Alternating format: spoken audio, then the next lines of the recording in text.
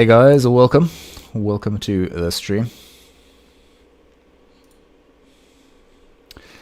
This is of course the new Varangian Guard for today. It's been a while since we've streamed, but we are here and we are ready.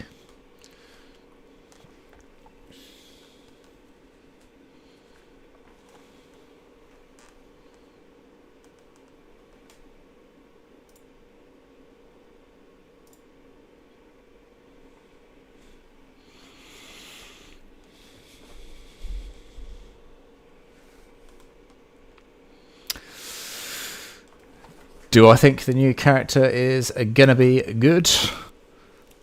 I'm always optimistic, so of course I think it's gonna be somewhat good, but only time will tell, of course. The sound ain't sounding. Let's try and fix that.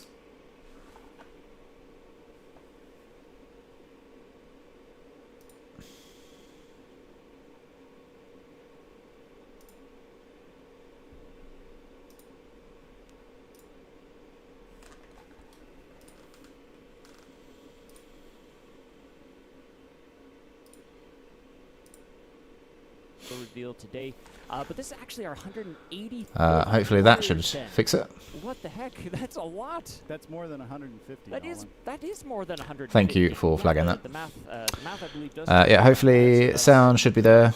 Hopefully it's kind of like not too loud as well. Hopefully my voice, you can hear my voice, but then hear them as well. So let me know if the levels need changing. Definitely nobody. You can tell I haven't streamed for a while, hence why my sound settings are all messed up. Launching this new hero next week, but also, you know, we also want to just kind of congratulate the entire community out there, because a couple months ago, if you weren't aware, we actually hit our 35 million player threshold, and it's still going. You know, 35 million. That was a couple months ago. Like, yeah, so that is the figure you want to show people if they say that For Honor is a dead game. Still more than 150. So the math continues to make that's sense. Gonna hurt. I can't do the math on that. Yeah, don't stress too much about it. Just gonna have a sip of my G Fuel here, which I told you guys yesterday that I am now sponsored by. So you can use the code NovaKing for 20% off. Talk about what's coming up in TU2? I want you, yeah. Yeah, let's do it. So let's take a quick look at what happened in Title Update 1. I'm assuming all of you Need to give myself some energy. All that literacy drip.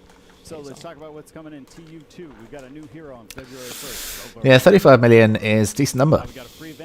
It's not up there with like massive games like GTA and Fortnite, but it is respectable. No. Viking, Wulin, and Outlander. That's right. Wulin, Outlander. Yeah. I donked it up, but I fixed it, so it's fine. And then we got a trio of Hero Fests coming up for you, which we'll say. I need to actually start listening to what they're saying now. And a throwback against Black Prior. Battle Pass, Frostwind. Oh, and it's gone. And that is how you say that. It's a post. It is, yeah. We'll figure it out. I originally thought, No, so. riposte. No. But yeah, we'll give you more details on the new hero, the Varangian Guard, their background a little bit later, as well as all the narrative stuff. And we'll have plenty of time to see people play the hero. Yes. Check it out in depth. We've got a big show for you. You're going to get a lot of eyes on with the Varangian Guard. But before we have that, we're going to have a short transition, and then Mr. Stefan is going to join us on stage, on the couches, because apparently he has a few things to say about stuff and things. Awesome. So we'll see you in just a second. Don't go anywhere. So normally with these, they show the moveset and everything, and then they do first they do like the art. Oh, it says there. Art, hero narrative, gameplay, animations, exhibition matches, customization. That's seasonal though, so that's going to be like the seasonal effects. And then patch notes, don't forget those. And then they summarize at the end.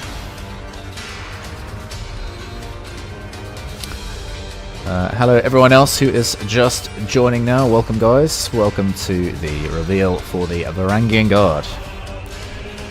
This isn't actually a face reveal. I did do a face reveal a while ago. And I've done a few streams about a year or so ago, but I don't often do a face cam. So people have seen me before. And we're back. Alright, we're back. Game director Stefan, how are you doing today? Thank you very much for saying that. favorite. Yeah. Yeah, favorite of one. It makes it easy. I guess favorite and least favorite all at once. Thank you. So it's a big day today. We're talking about this lovely lady on the stream. I can't wait. Yeah, but a little bird told me, little one, real small, swallow, told me that you might have some information on some exciting things. Yes, absolutely. It's great. We're going to talk about the end of year 7 here and the introduction of year Exciting Just things. before we do that, End of year 7. Wonder what that could be. we're pleased to announce the announcement of year 8 of For Honor, beginning soon. And I can't wait. It's going to be super cool. Would be interesting if it was year 9. In terms of content. Makes We're gonna talk makes about, sense. Good to hear that they're still supporting the game. what we are going to have inside it in year 8. So of course we're going to bring 4 all new seasons to For Honor.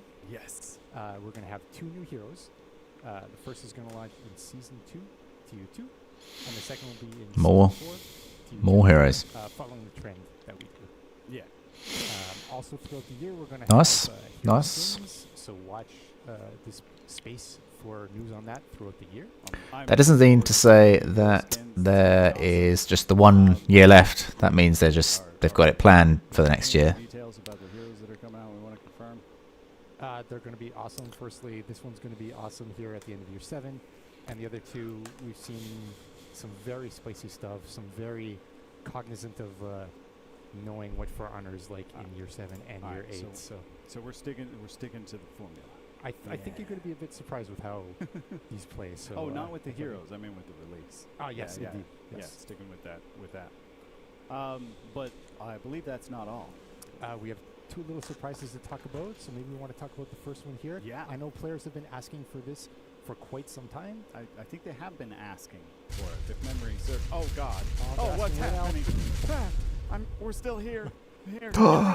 New maps. That's here we right. go. New maps will be insane, actually. Indeed, players have been asking for us for a long time to do converted maps. So indeed, we're going to bring these through year 8.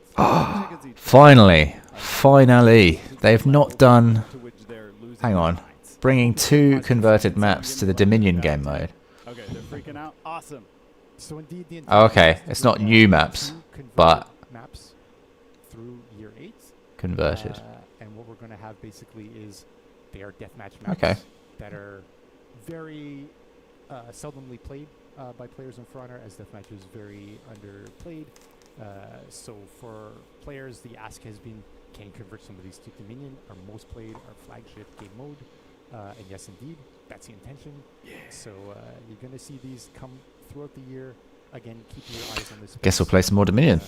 It's wild. There are a lot of players who've genuinely never seen some of these maps because they just queue in, they play Dominion, maybe they'll play Breach sometimes, but they never touch the other game modes. So I think it's going to be a wonderful opportunity for players to use their tools, use their new heroes, and kill their friends in all new space to them. Yeah, I'm looking forward to it. I'm looking forward to see what happens, what the reaction to these are, and to be able to announce what and when and where and how later down the road. But I believe we've got more stuff to talk about today, other than obviously converted maps, big deal. But I believe we have more. Indeed, we have one new feature that we'd like to talk about here today, and obviously we're going to talk about more. When they say converted maps, I thought they were going to convert them from the campaign, actually. We would like That's to what I also initially announce thought, but something that we're still calling the better than nothing. Legacy Pass. Yeah. Yeah, and what a Legacy Pass is, of course, we're going to bring 4 new Battle Passes through year 8, 1 per season, but we're also going to bring a Legacy Pass from prior year to each of these seasons.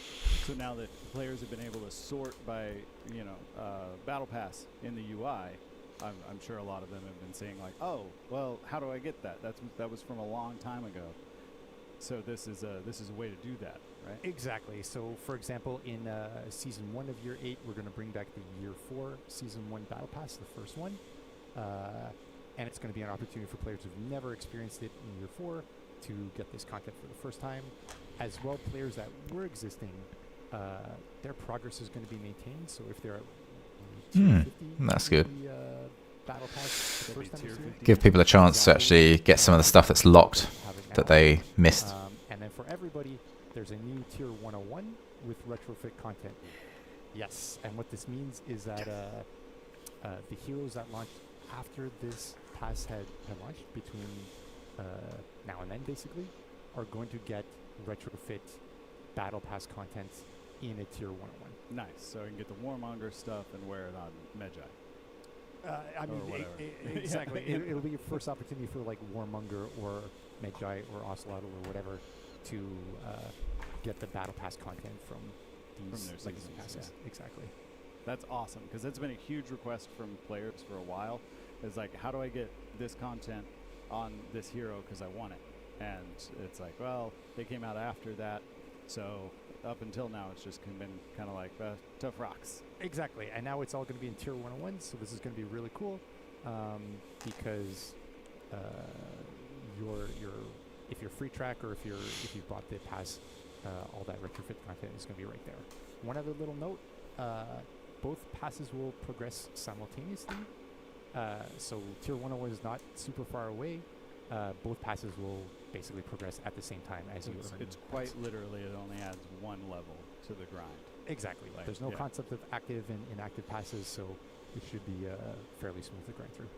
Awesome. I'm looking forward to that. And if you're wondering, like, how do you get your hands on the Legacy Pass, it'll be $9.99 US on its own, and but it will also now be a part of the bundle. So for the same $24.99 for the Battle Pass bundle, it now includes the Legacy Pass, as well as unlocking 25 tiers for both the regular pass and the Legacy Pass, as well as the 20% BP boost, the Battle Points boost. I just like saying boost. Boost is good. Yeah. But yeah, so I think that's... I think I managed to get tier 100 every season, actually. It's one of the benefits of being a content creator. You have to play the game all the time. So I don't think I've missed any effects. Well, thank you so much, Stefan, for taking us through the high level of these changes. I'm sure players are super excited about converted maps. Welcome, guys who are just joining us. Thanks for stepping into the stream. Narrative and the art design for the new hero, the Varangian Guard. And but before that, I just want to thank Stefan for joining me on the segment. Thank you for having me. My pleasure. Yeah, and there's more. We've got an awesome gameplay trailer for you for the new hero, so feast your eyes upon this. Oof. Here we go. First time. Uncle. You failed to slay us all. I live. I am at the gates, and not alone.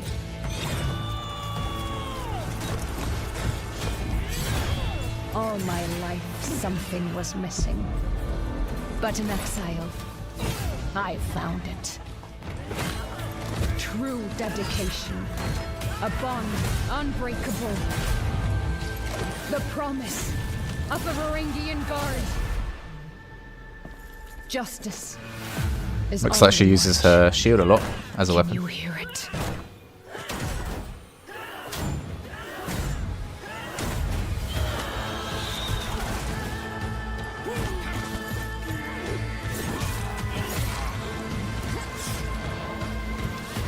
That looks like a new execution, actually.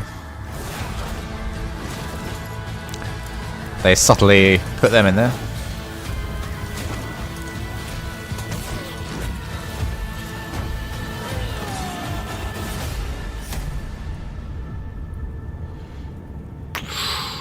Ooh. I did see at the end there she used two hands for her axe, which is what I was talking about in my earlier vid. Didn't give too much away, but I like the lore. One thing I did notice, as I said, was the new executions for some of the other characters like Nabushi, Black Prior, and Athera. So that's nice. Good to see.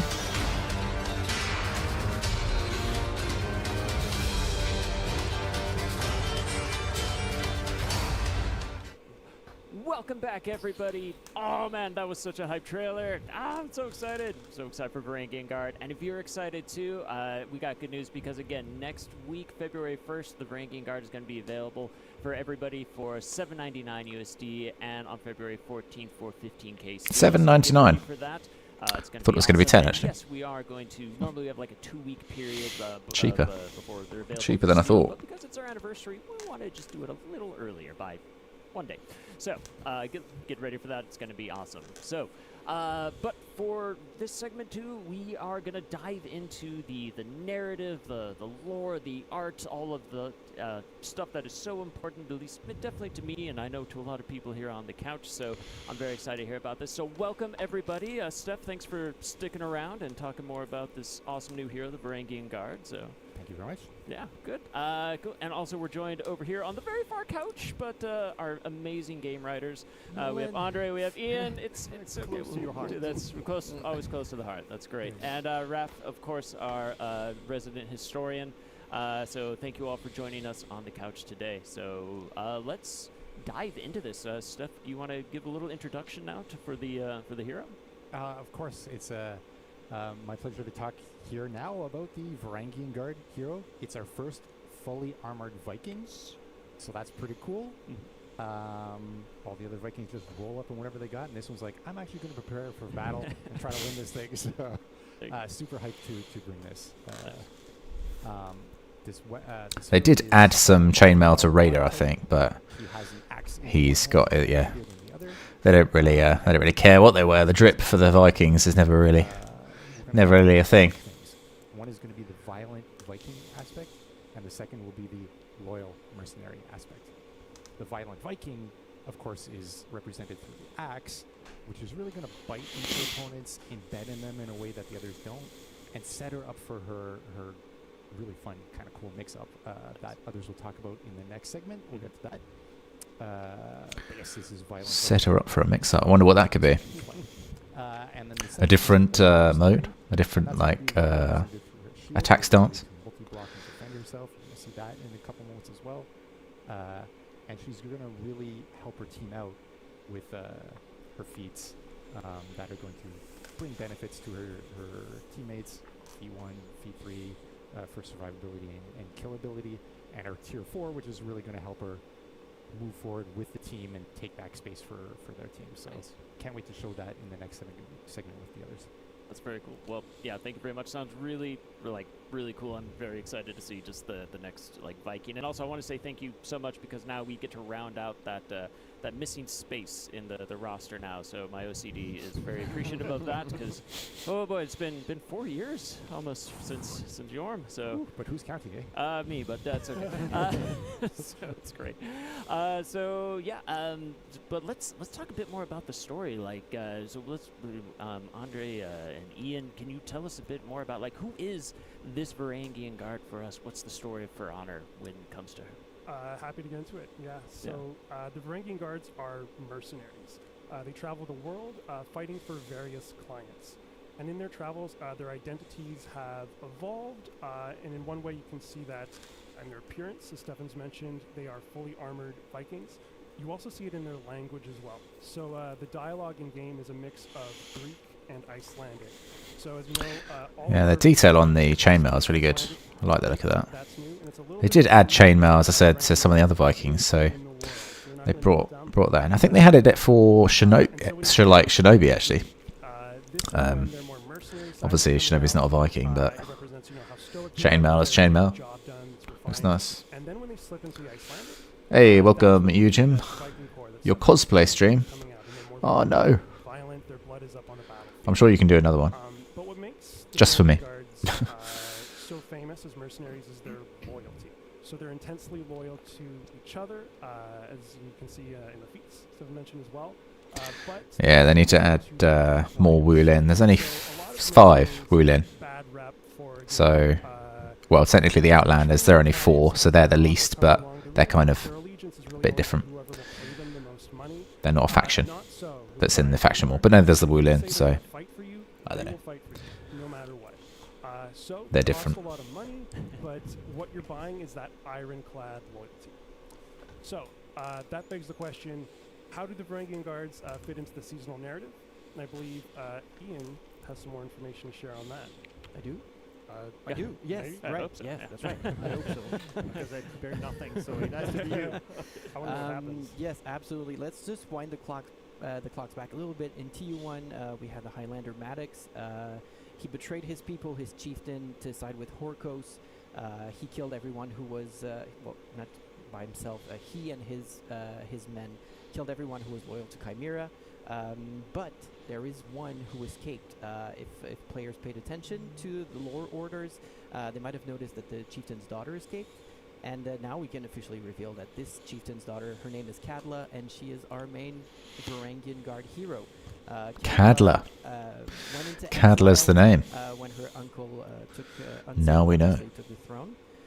She roamed the frozen wastelands of Valkenheim until she came across the Varangian Guard. And there, they took her in. She trained with them. She learned their ways. She learned their cultures. She became one of them. Eventually, she took the pledge, became a Varangian Guard herself. And now her first act is she's hired her own crew to go back to Heathmore to reclaim her village. So now it's Cadla versus Maddox, and it's the Varangian Guard versus Horkos, and it's really, we're putting an exclamation point here on the Year of Injustice, because there's been so many injustices. We had a lot of, Horkos has been wreaking havoc pretty much throughout all of Year 7, but now finally... So she's coming in to sort them out. That's the gist of this gal. I'd say that's absolutely accurate. You can view it back though. Yeah, that's true. I can view your stream another time to see your cosplay. As you also heard in the trailer, This isn't actually a face reveal. I have shown my face before. I don't show it that often, as in like I haven't done many face cam vids, but I have done it before. But I might do more in the future if that's more interesting. If you guys like that, then please let me know, or just like the vid. That tells me what people like generally. But yeah. Maybe I can try and wrestle something out of it. So he tries to hire them from underneath. Yeah, seems like it's going to be a female-only character, this one, which I don't mind. Some people prefer to have like the option of both, but I think I see the moveset. That's the important thing, really. So see how it plays out actually in game. They're mercenaries. Mercenaries in general are famous for being just greedy, and yet they show more loyalty to her than her own blood. So just goes to show the level of his treachery. Exactly. Right? I mean, it's treason, right? This season is treason, and now It was we're treason, rectifying it. yes. Yeah. Well, Surprising, because at some point I thought that the message was, hey, Maddox was right. And now, no, I learned that he's wrong. I mean, that's you up can for argue debate. it. You can argue it. what Maddox did nothing wrong. Is the game easier on mouse and keyboard or controller?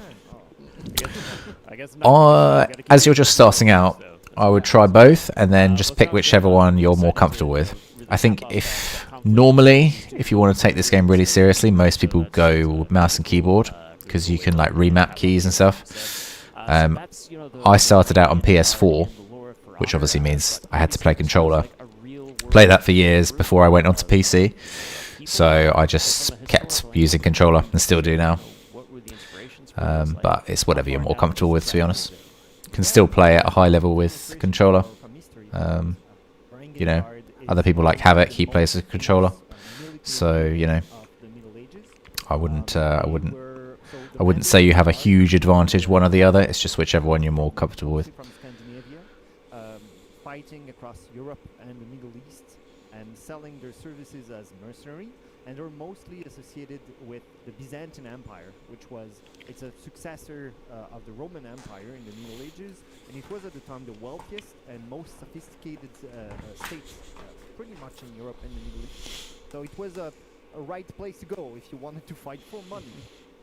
There, in the capital of the empire, Constantinople, the Varangian Guard served as the personal guard of the emperor, but also as shock troops that were really renowned for their fearlessness, their violence, as Stefan said, and their loyalty. We have one example in more than 200 years of history of their existence, of them revolting against their employer.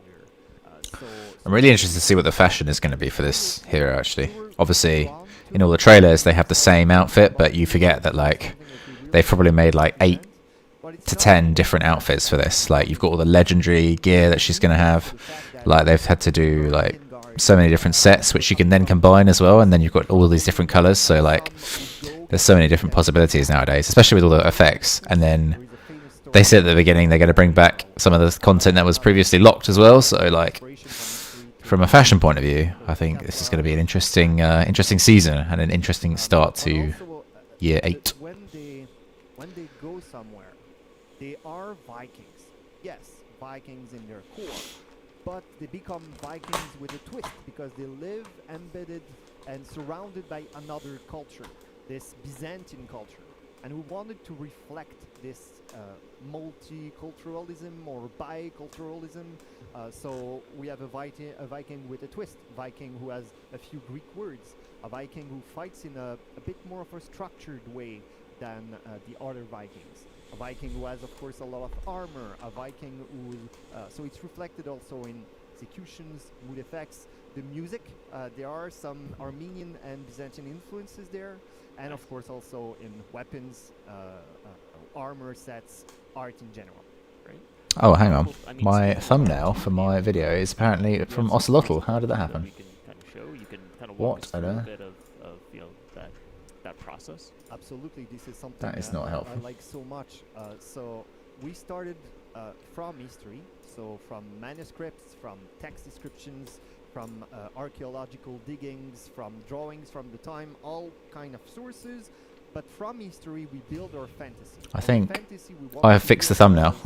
Obviously, you guys wouldn't have seen the thumbnail being wrong if... Well, you would have, actually, if you'd clicked on it, but... Well, you've seen it. You see it on the... Thank you for letting me know. Concept art on the screen. So an armored Viking has a helmet, of course, and you have multiple... Oh, here we go. Here comes the new fashion. Shin pads, multiple layers of armor. So of course you would have some Oh, I like the middle one, actually. Middle one looks good.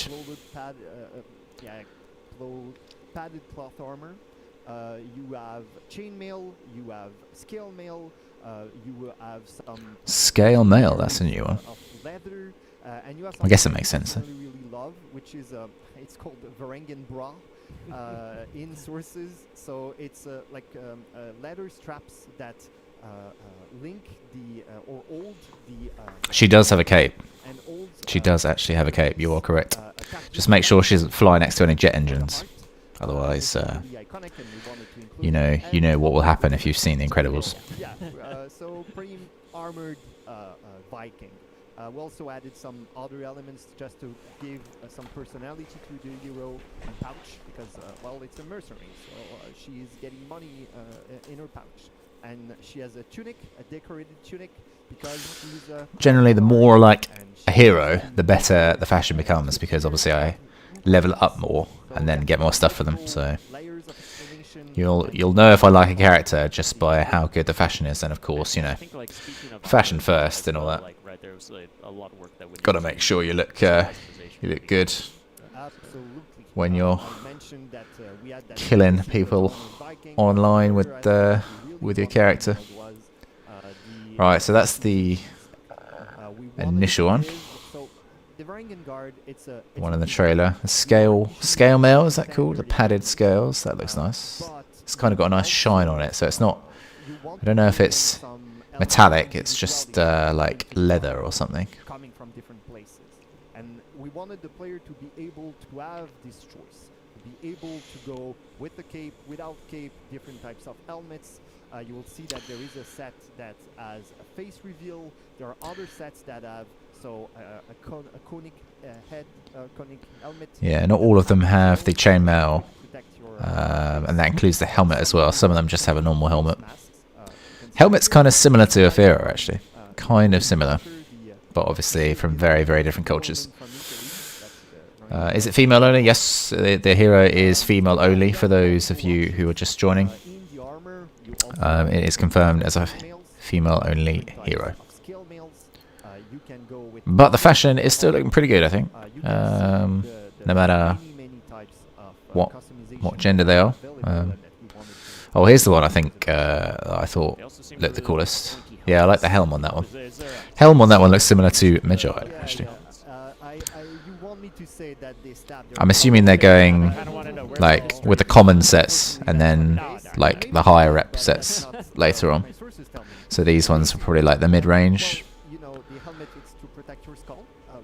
everyone's As is yeah, tradition. I'm aware. So basically, if it is like that, it deflects blows much better. Move than my box if it down. was a really queer kind of element. What, to the They're bottom not right on corner the instead of elements, top? but in their Right. case, we'll put this one. We also have Is it 'cause it's getting in the this way of one, the- which is a late Roman ridge helmet. Oh, you can still, well, This is us, if I paused it then, it would look like I'm on top of the hero, but yeah, I see what you mean. Roman and Byzantine. Oh, it's fine. I'll leave it as it is. You can see them. The Varangian Guard. Wow. We mentioned customization. I did. Yeah. There are also options that we have with material. It will bug me if I move my box and then like halfway through I'm like moving around the place when I come to editing it, because I'll probably edit this into a video at the end. The material changes to it, and we try to maximize it so that you can do as much as you can and change and express. Actually, yeah, that's a good point. It reminds me of like the Rohan warriors from Lord of the Rings. It's like Eowyn, I think she's called. Yeah, Eowyn, who killed the Witch King. Nice. If any of you have seen Lord of the Rings, by the way, that was a Lord of the Rings reference. I mean, they got a purple ponytail right now, so I think I might just go with The that. dark purple is really The cape looks very nice. Cape is very important. I wish they'd just randomly add capes to like all the other heroes. Like, That's awesome. imagine a Rochi with a cape. I mean, it would look cool. It wouldn't make sense from a historic point of view, but it would look kind of cool. He would look, yeah, he would look awesome. So My Orochi fashion with a cape would look kind of like Darth Vader, which would be pretty cool. really important for because he's in like all black. it's something that's so important that it's actually embedded into their name. The name Varangian in English. Can you comes turn them from up? Old Norse Varangian, Yes, I can do that. which means sworn companion or oath taker. And so yeah, this I was have something that just they would do. They would turned take them an up. oath to their lord. It could be in Scandinavia, or in our case, mostly to the Byzantine emperor. And this oath was their bond. They lived by it. They Yeah, let me know if the volume needs any changing. Thank Thank you for flagging that to me. It was their name, and this is why we've been pronouncing it in this Old Norse fashion with the RG. It is not an Arab-based character, no. That was kind of along the lines of Athera. This is a Which is how I could remember, Viking like, hero, the hard G. so I But guess- it's good to know there's actual, again, like yeah, it's medieval, so it'll be like, I don't know, Nordic or like old, like even like English. There was English Vikings like in the northern parts of England many hundreds of years ago. So I think you have something hiding behind. I can't remember if they've there. said A little Yeah, bit. it was really a country, really well but hidden. I'm sure no there are a one number saw of it. countries like in the northern parts of I've Europe been, that diving Vikings into came from. this since Oh, look at that! Look at you that know. shield. That is awesome. So yeah, I will let A blue screen shield. wonderful Alex, JC, and Vanessa talk about Maybe I why could get we one of them, chose put it in my the, office. Long axe and the kite shield for this hero. Probably not as useful if you don't have the technology to But from an art make and it history do what it point needs of to do, view, but well, it would be cool the to have one. Varangian Guards, they were called in sources Aspidi Foroi, so shield bearer, and Speleki Foroi, so axe bearer. So we wanted Here we to go go with the weapons and armor.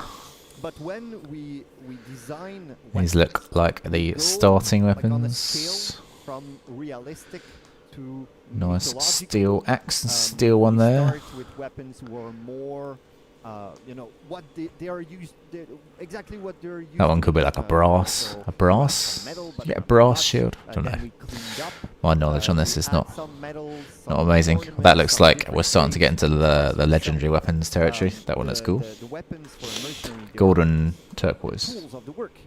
So I could believe that as a mercenary, you would want to show off. To Got try like to a show that ivory you patterned survived, one there. Black use and your gold, always a weapons good as color combo. Memento for fallen companions or brothers or whoever, and so more and more you can add elements. You can add some more weapon, some more metal, some more precious metal. You can go into a more fantastical way too. And use Well, that one's very things different. That are inspired both, so the double nature. Looks comes very from nice, very snazzy. both from the, Got an eagle on that one, and then this one looks like we've got a couple of dragons, a couple of sort of sea dragons or something. And more And then a we couple go of into, horses. the go up to scale. Very, very nice. Very you could colourful. have more gold, you Yeah, could definitely have look. more tessellated Looks glass, like which those is are really, the really important, like legendary ones, dimension art. or the event You would have ones. a lot of symbols. But yeah, as you can see, that's awesome. multiple animals. Yeah, and I think there was like. What do I one think an animal intimidating particularly colour that combo really in excited For Honor about. is? Yes, it's, All black is always quite intimidating. Black and gold. Red can be intimidating as well. Some people use red because it slightly confuses people because the indicators are red as well. So you can kind of use red to kind of make it less obvious. And also, if a character has a shield, then they can put like the unblockable character as their emblem and then put that on their shield and then make it like try and make people confused. But I don't know if it really works. But yeah, all black is always a intimidating one, I'd say. Whether you want to be more realistic or you want to be more mythological, we have you covered. And you want to feel like a 1,000-year-old woman fighting as a Viking. They haven't shown the moveset yet. No, we're still on armor, customizations, and on the history and lore of the character. So don't worry, you haven't missed anything yet. We haven't seen the movesets or any of her feats or anything like that. So you're in time for that. So don't worry. Including the Chengdu team. Hero is coming out next week. Very much. So it'll be, yeah, literally this time next Thursday. So yeah, February 1st. February 1st. I think it's $7.99, which is not too bad actually for like a whole hero. I thought it was going to be like 10. So if you like the look of it, then go for it.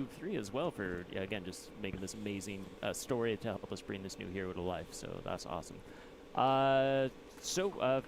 Final word before we switch, because we're going to jump into some gameplay and animation next. But here we go. Anything else you want to say about here we go. Varangian Guard here? You guys are in time if you're just joining. Ready for the customization. Well, we've done the customization. The animations, I mean to say. Animations and moveset. That is the big thing. Just excited to see players sink their teeth into the story too, and read those lore orders. Yeah, absolutely. Awesome. Justice is on the march. On the march. For Valkenheim. So Maddox maybe did something wrong. So yeah, maybe. Okay. Yeah. Debatable. Not sure. Debatable. All right. That's for Is it going to be a heavy or another hybrid? Who wants to no idea just yet. Of the Varangian Guard yourselves next week, February 1st, you can do that for $7.99 USD, and on February 14th for 15K steel. So keep an eye out. I'll for just that. turn the volume and up don't a go little anywhere, bit for because we're going to them. be right back with some people to start talking about the animation and the gameplay, and get a little hands-on time with our newest hero, the Varangian Guard. So we'll be right back. Okay, this is what we're all here for. This is the main event.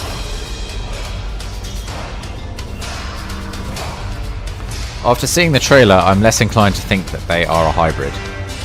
I thought that they were gonna like switch between two different modes, between like dual wheel, two-handing their axe and like using their shield, but it didn't look like that from the trailer, so it might be a heavy. Being a Vanguard is a possibility. You're quite right there. But she was using her shield a lot in her combos, so it looked like she was more offensive than she was defensive there. So we'll have to wait and see. We don't have to wait very long, because I believe we're just going into it in like a few minutes, if not less than that.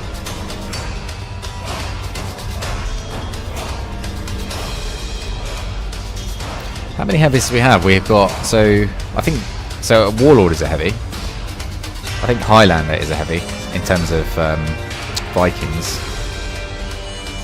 Valkyrie's a hybrid, I think. Who else is a heavy from the Vikings? I think it's just, yeah, Highlander and Warlord, I think.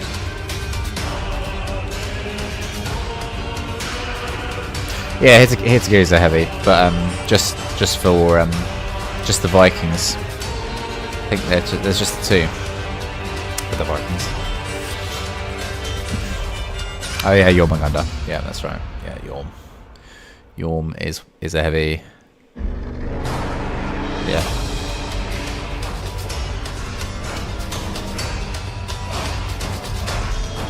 your... Oh yeah, Highlander is a hybrid. Yeah, you're right. Yeah, Highlander is.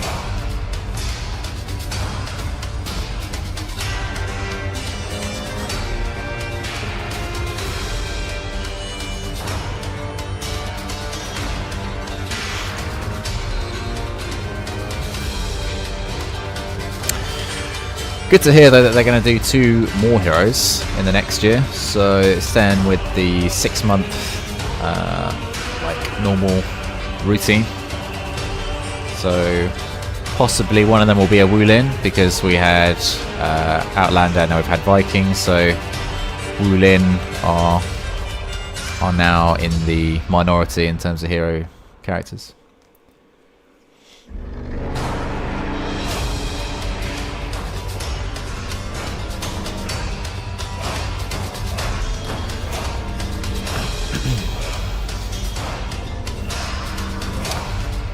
Welcome everyone else who's just joining, by the way. Welcome to the stream. If you're just tuning in now, we're getting to the main event, so you've come in at a perfect time.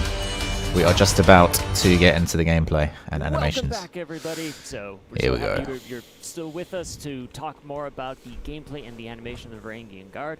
And who better to discuss all of that with us than these 3 amazing people on the couch with me today. We have, again, you know her, the queen of all animation, Vanessa is back with us. Our Lord and Savior, JC. Awesome talk about gameplay. And the designer of the Varangian Guard, Alex, is on the couch with us too. Hello and welcome to you all. How you doing today? Thank you. Excited? Oh my god, it's such a super great excited. day. Yeah. I can't believe Steph announced all of these things. I know, Yeah, I know. right? Really, Steph, save some for the rest of us. No. No, it's awesome. Yeah, what an exciting day, and like, I love it. It's amazing. But let's dive into it, because I'm sure people really want to start to see, you know, what the Varangian Guard can do, what it's all about. So let's start with JC. Like, if you could describe this hero in 3 words, like, what would you say? 3 words.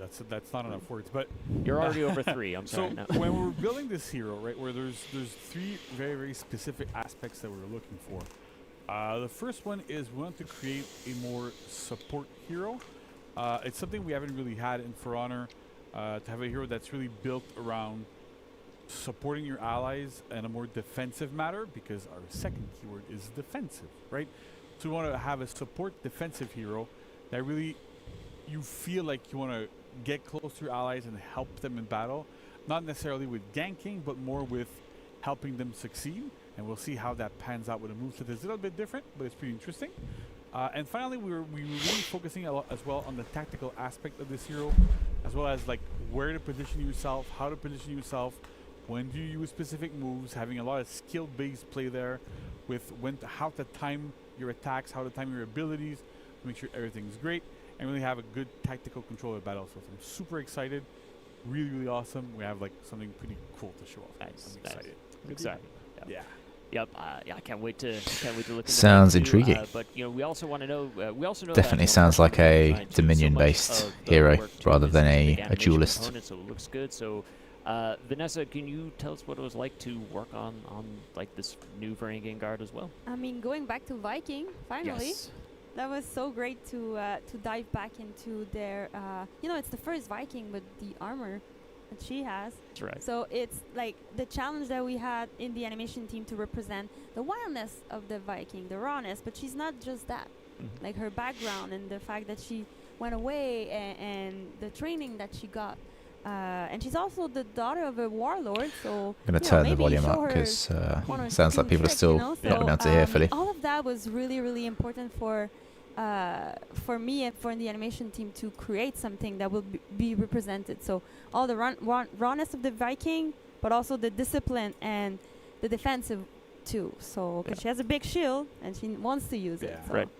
And speaking of which, because I know Raph demonstrated Raph a bit, showed but before me. I wanted to Volume pull him on has this been because I turned up. really wanted to play with Yes. him too. But yeah, like this, these are the props. Yes, those right? were the For- actual Yeah. props from the mocap. Yeah. Yeah. They're pretty heavy, right? They're Yes. sizable. They're yeah. pretty Um, heavy, yeah. Very Yeah. heavy. So they are to scale as well from in game, so it's really funny. But because it's really heavy and because the mocap actor needs to swing left and right for Right. 8 hours, do the nav and all of that, sometimes we use the Berserker axe Oh, right just there, which is also the Shaman axe too. It's pretty cool because you look at a scale comparison, right? Yeah.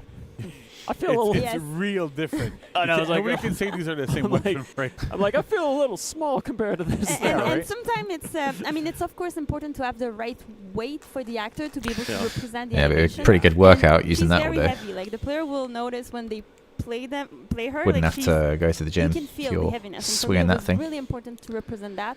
But I need to give them a break once in a while and not break their arms. So this one was. I'd love to pretty do like some so- Yeah, mocap mocap actually. actors are really, I've got really, no really experience Yeah, in it, they're trained obviously, for this, but but, you know, I think it would it's, be Right. Exactly. think it would be And, fun. I mean, the length of the Lot of hard the work though pole if as you well, if you're like, actually sometimes professional, I'm swing, sure, we need but to take I'm sure into it'd be fun. consideration that it's not clipping and all of that. So, yeah, a lot of thing to think about. But it's pretty neat to have them real size Yeah. like this. I love our props department. Yeah, like I they're so know. they're so cool.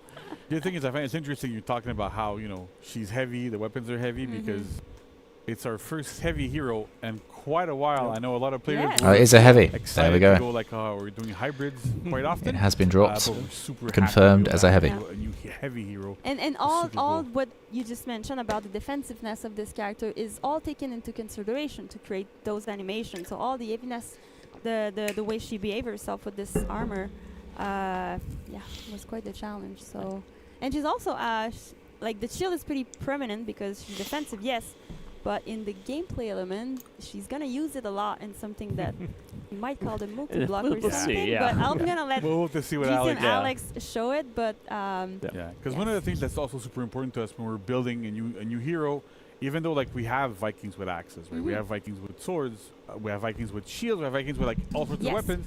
But then if you're looking at this and you think, oh yeah, it's kind of like warlordish, it's really, really not. it's right? very challenging to create Yeah. a new silhouette Yeah. with sometime a weapon that we already have. So, but her shield is pretty unique. Like yeah, the so the kite, shield the is kite. super unique, so that's Yeah, great. So The weapon is uh, pretty unique as well. yeah, it's shorter than other hero, but longer. So it's a pretty good. But her silhouette is pretty unique. When you play her, Yeah, you if they feel do a like samurai it's hero, still a Viking, nunchuck hero but would different. be Also, very pointy interesting. helmets Yes, too, there Yeah, you go. I love how like It's also when we're doing the mocap and like a we're talking weapon about how They the haven't aspects that had a Steph tool mentioned before. earlier, right? She's still a Viking. She's Like still with this, violent, we've she's had got a lot we've of had an strength axe and a behind shield her before. To be attacks, fair, so like this with is the not axe that embeds, that sort of stuff. massively It's super different cool. to weapons we've But at the had. So same yeah, time, would be there's cool still if we had a more nunchuck control samurai. element If to they how do it's do not another as samurai, like I wild would not be as surprised the if that's what they went Vikings for. that, kind of proof of her training and how that sort of thing works. So Very it's- difficult to do I'm mocap for that super though. excited. I'm I really think happy that we're using a able to kind of nunchuck build is like this apparently one of the type of hardest Viking weapons to that use ever. feels Viking, Yes. but it's different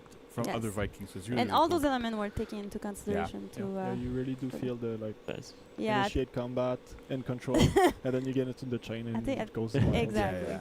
Yeah. So yeah, maybe that's a good chance. Alex, are we show some It's hands-on time. time now? Are you gonna? What can you yeah, tell sure. us about It's fine. the Varangian It's, Guard?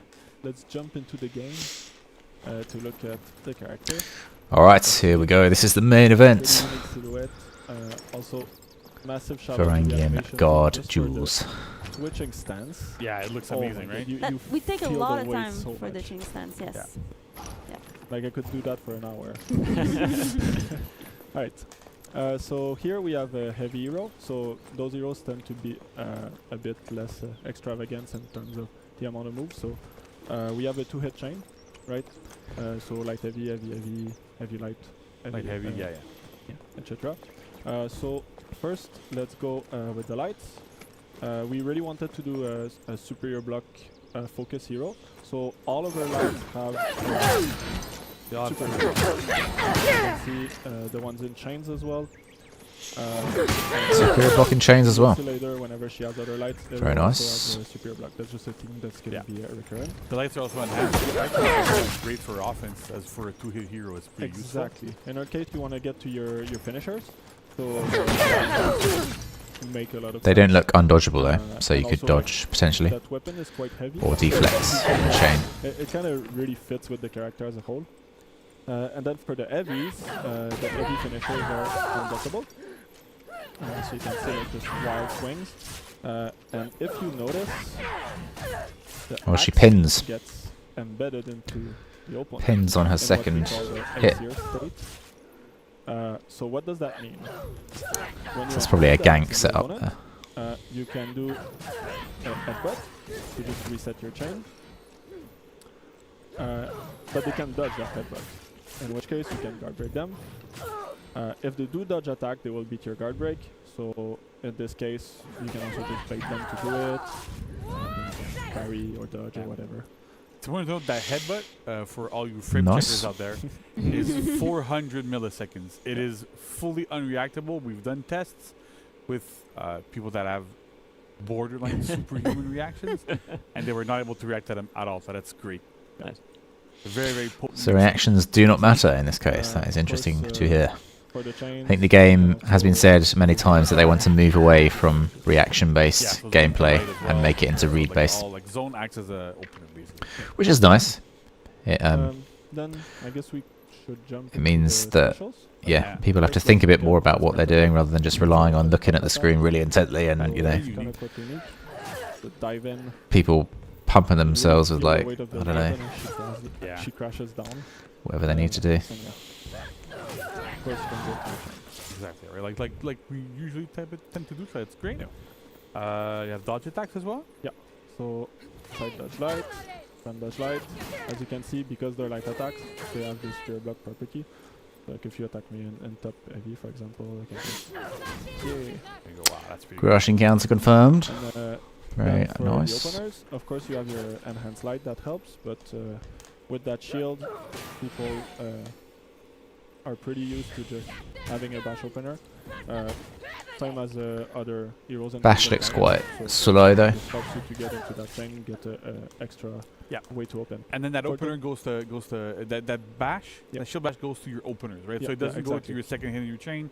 So it does open up for chains, but you get a chance to get a little bit deeper. Exactly. You can just reset the chain. Various ways. Important to note, because we didn't mention it during the chain, she doesn't have a bash and chain. Her heavy finishers are already unblockable, so you're kind of gonna do your mix-ups with those instead. And so that was a conscious choice that we made as well, because her defense is quite potent, right? Having chain lights that, actually you finish your lights, that have superior block. They have like a long delay windows, all that stuff we can do with that. So we wanted to really focus on her defense there. And there's another little move that we want to talk about right now, right? Yes. So with shields come great responsibility in a down stance. But this one is quite different. So first, it's kind of like a Ramusha, where it's just a Full block? temporary base one. Okay, temporary full block. You can cancel your attack recoveries into it as well. But of course, I can Recovery get that cancel. broken, Full block. and I can get hit in the recovery. So it's just you're gonna get those moments where you can bait the dodge attack, for example, go into your down stance. But you gotta be careful because you gotta time it. And then if we look at the follow-ups, so let's see. You have the heavy, which is unblockable. There's something special here we can do in any stance. I think that's the first time we do that with. It's the down first time that stance we here. end up having like those type of follow-ups be. You can pick your stance. It's very, very much the core of For Honor to be able to attack in a specific stance, choose where you're going. And this also adds like another layer of depth to this hero a little bit, where it's like, well, I can pick my stance, I can go in a situational manner where I have somebody on my left, somebody on my right, what am I going to do with it? And so like the other follow-ups are also interesting as well, right? So So you got your top heavy for max damage, the side one if you want to hit someone on your side. You have the light attack. Of course, they have superior block as well, and can chain.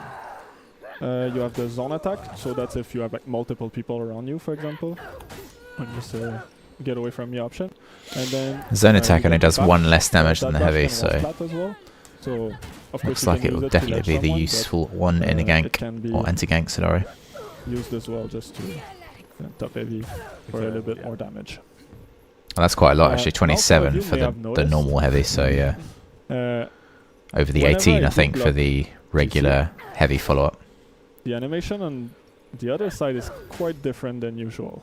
That's a place where we decided, let's try something new, where whenever you block someone with this, you will bind them, right? Yeah. So that causes some difference. One, it gives you more time to decide what you want to be doing after, because you have so many options. Yeah, you can delay the follow-up like quite a bit. Which is kind of cool, right? Because it gives you like a lot of control over when you're going to do stuff. It gives you a little bit more time to think, a little bit more time to look around what's going on around you. Yeah, exactly. That's awesome. It also means that if you block a trajectory, like let's say someone's attacking GC, but I'm in the way of the trajectory and I down stance, I'm just going to interrupt them. The attack will never reach GC. Yeah, so it's kind of like, you have other heroes that can kind of like, babysit gang, what we call it. Like you stay on the sidelines, you hold your full block and you just wait there, and then you kind of like hope to catch trajectories, and sometimes you do. They don't necessarily bounce, you get your follow-up, but it doesn't feel as good. So in this case, this is a big part of the support hero, right? So we want to be able to give her a way to very, very effectively counter those big, massive trajectories that we have in group fights. There's a mid giant in the opposing team. No big deal. I'm going to get there. I'm going to tap down, block their big, big trajectories, be able to counter them, save my allies, save a lot of people. So that's really great. But that is also a big part of why it's timed, right? So we wanted to have like that skill-based aspect here, a little bit like we have with BP, where like you have to time things a little bit better. You can't just go and hold down. It doesn't last forever. So it really rewards skillful play, timing, understanding, knowing how fast attacks are, how slow they are, how you're able to like manipulate the It's going to be harder to do these things to really be able to than like punish your Warlord or Kyoshin, because they can just hold it down infinitely. We'll But see the entire Feats set, yeah, I most see of what the Feats set he's saying with this, revolves which around is being able to, good. block and support your allies there as well. That's a big, big, big part of this hero. Exactly. There's another thing that we did. It's nice to have more like skill-based So when you parry someone at skill-based 1 characters. HP, Not that and then their friend Kyoshin attack you, and then you parry say their is friend massively easy, and kill especially you in while like you recovered. Well, high-level stuff. He can let's be. fix that with the stance. So You need to because we're know what pushing you're a doing bind still, on the but yeah. opponent, the more people that you block, everyone will be binded by the knock of the shield. So then it kind of allows you to choose your target. That's something that other heroes don't have. Normally, if I block someone externally with a down stance, my follow-up is going to be on them. With Varangian, you can choose your target, and no matter who you block, you're always going to be able to hit whoever you blocked. And you can also, if someone tries to peel you, you can just attack the external as well, as we see in the video. Yeah. And then you can see, because you can choose your target, we put a lot of effort into a new tech where she will detect where the hit is coming from. Yeah, I was As gonna you say, see in the video right animation. now, she will just play an animation accordingly while still looking at her target. The animation, yeah, that looks There's a lot really of good actually. animation in There. this system. Yeah. because Yeah. because They we did a have good to job on really that. plan ahead on like every direction from the player that you're locked on and you're fighting. But if it's coming there, but if somebody's coming on the other way, so from there going on the other side, the shield's pretty big. Don't forget that. Yeah. So, We got to so swing how it do around. we do yeah. it? How do we turn all of that? It looks simple, but it's pretty complex. And I wonder it if they'll really update the other gives heroes the so that they defensive, like feeling have of this updated character. animations She based can on protect like you where if you they're fight with her defending on- from on in your team. ganks. Be a lot of Yeah, work. it's There's just a lot cool, of like, characters, cool but girls don't look at explosions. it does look You good. know? have to It's say. super awesome, but I find like even what Alex was talking about, like the tactical aspect here of I can block multiple people, and what's super cool is that if you manage to block 4 people, right, you have the time to choose who you're going to pick and who you're going to do your follow-up against, and that's kind of part of the tech that we've built for this hero, where if I block a single person, I have my follow-up against that single person. It's good. If I block 2, I have time to choose which one of the 2. If I block 4, you have time for all 4. And as soon as you throw an attack, everybody that you did bind with your block kind of gets out of it. So there's no real situations where you're going to get punished by somebody that you blocked by because you did something else. And it's really all about like making those choices, making sure that you have that control in your hands and have like perfecting the skill, the situational awareness, knowing what's going on around you. It's amazing for this. And again, like the animation team did a wonderful Yes. job. Alex did a wonderful job there as well. Yeah. Making sure that we keep that feeling of I'm blocking in direction. We don't have like, spinning around like we have with other heroes when they block it. Looks really Situational awareness in And this game is a very punishment underrated management team as well, Yeah. like, worked skill. a lot on this at side. the- Very Yeah. underrated. Yeah, it was There was really a like lot a of work. group effort to make it work. Yeah, this And was be not. able It's hard to focus on This was one not a person, simple but topic then No. to tackle. not for at take all. into account you guys 2 pulled it off amazing. or even 3 or Super 4. great. Looks good. And if they have different movesets, Right. like then So you're Yeah, we want to talk about Feats. you're at a whole different level of this Feats game. now. Yeah, we have a little video, So, right? yeah, let's go. We're gonna run the video. So first feat is called Take Shelter. So this is part of her support kit. Whenever you land a superior block, you can see the little sphere going to the Valkyrie, and it heals her, but it doesn't heal Varangian. Yeah. The Varangian Guard. So that means that, yeah, you're basically just going to be standing there in team fights, healing all of your allies. Yeah. Not going to help me you're much keeping them in healthy. a limb Of if I'm course, having to carry it's teams, quite if a it's healing potent someone heal, who's not there, so, though. But you're not healing yourself. That's maybe kind of will Yeah, and there's no use a cooldown different on it, tier and 1 you if get that's the case. triggers But it's a off nice, of every nice super block, so touch. your full Definitely block more and as useful well in your Dominion, I crushing think. counters when using your Yep. lights, Exactly. so it triggers off of all that. If your team are alive still. Now, Of course. for the feat Two? 2, Yeah. because your feat 1 is not keeping you alive, we have Mystia Guard, which is whenever you superior block an attack, you will gain a big defense buff for a short duration. That's kind of like the Lawbringer feat 3. Yeah, it's kind of like Righteous Deflection, right? But, Yeah, except- but it's on superior block instead of being on pack. Exactly. Just to make sure that whenever you're in those big team fights that you don't go down too fast. And now, to go back into the support, here's the Aesir Aura. So that one is every single time you land an unblockable heavy, you will pulse a AoE that will give a little attack buff to you and your friends. So that really allows you get that Aesir bind with the heavy, and then you and your friends. So it can looks kinda like you take really want to advantage prioritise of those it unblockables. with the damage buff. So all of this kind of plays into Get the more support damage and in. defensive and tactical aspects that I talked about. That is really great there. And if you're in a proper team, set up your And then, ganks with feat that. 4, Kill them reclaim the quicker. land. So going back to fight the uncle. So as you see, it seems like it's a projectile from the sky, so that's kind of like a spear storm. It acts kind of like a catapult, so you cannot do it indoor. So there's going to be a bunch of spears that fall into your enemy for damage, and then it's going to leave a Doom Banner, which is, if people are familiar, it's Oh, that's cool, actually. Berserker feat 2, so it plants a banner, and then every enemies inside of it is going to have lesser defense. And Yeah, it debuffs defense. So it's really great for like. That's punch control and actually stuff. You pretty get in, good. you throw that. There's a bunch of people in there. Even if they dodge out, well, then you can go into that banner and then try to beat me. You know, so it 'Cause feels again. When you it try and feeds place a into all Doom of those banner, aspects. you obviously place it where you are normally, Like so we're you're already going there, in there's the a gank banner. and you're probably going to take a hit. But if you And can then actually everyone like use it as a get the projectile, buff, then heal everyone. that's and a then your massive axe at bonus people. actually. There you go. Works really good. Easy. Super easy.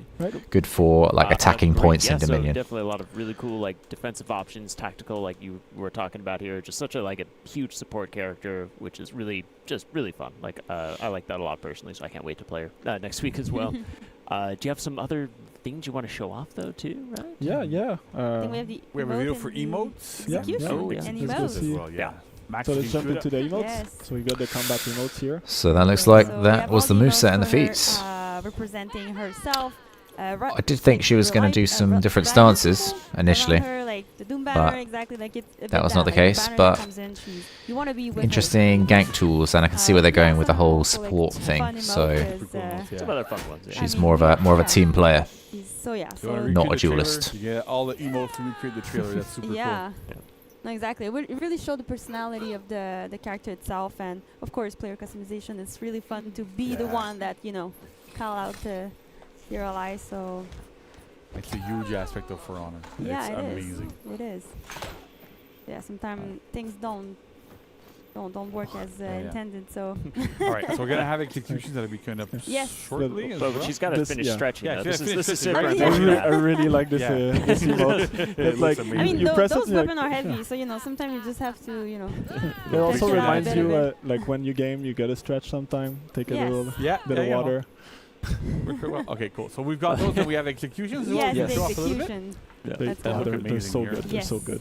So you really feel the heaviness of this fighter Yeah. in those executions. And I love like how we kind of handle the Pretty shield, like brutal kind there. of punching with the shield as She well. really used it more like Ooh. as Yeah. a defensive Yeah. tool, yes, but also as It's pointy, you know. yeah. I mean, it has a dual like she can use it as to protect, but also to attack, Yeah. which she does. And this is where also like the violent Viking part of it Yes. comes into play, right? It's like exactly what Stefan was saying in the beginning. exactly right. So yeah. she's more controlled in general. Yeah, in I fighting think and they've- stuff, but when you look at They've these nailed executions, the you executions see as the usual. Viking side really Definitely got the come out and violent it's like, yeah, I'm not gonna- Viking She's violent, but not like part of that for sure. Yeah, I exactly. think the one Very where controlled violence, you but don't want to have the this accent warden in your face. That's for sure. falls Everybody onto the does. shield was the best It's one. very painful.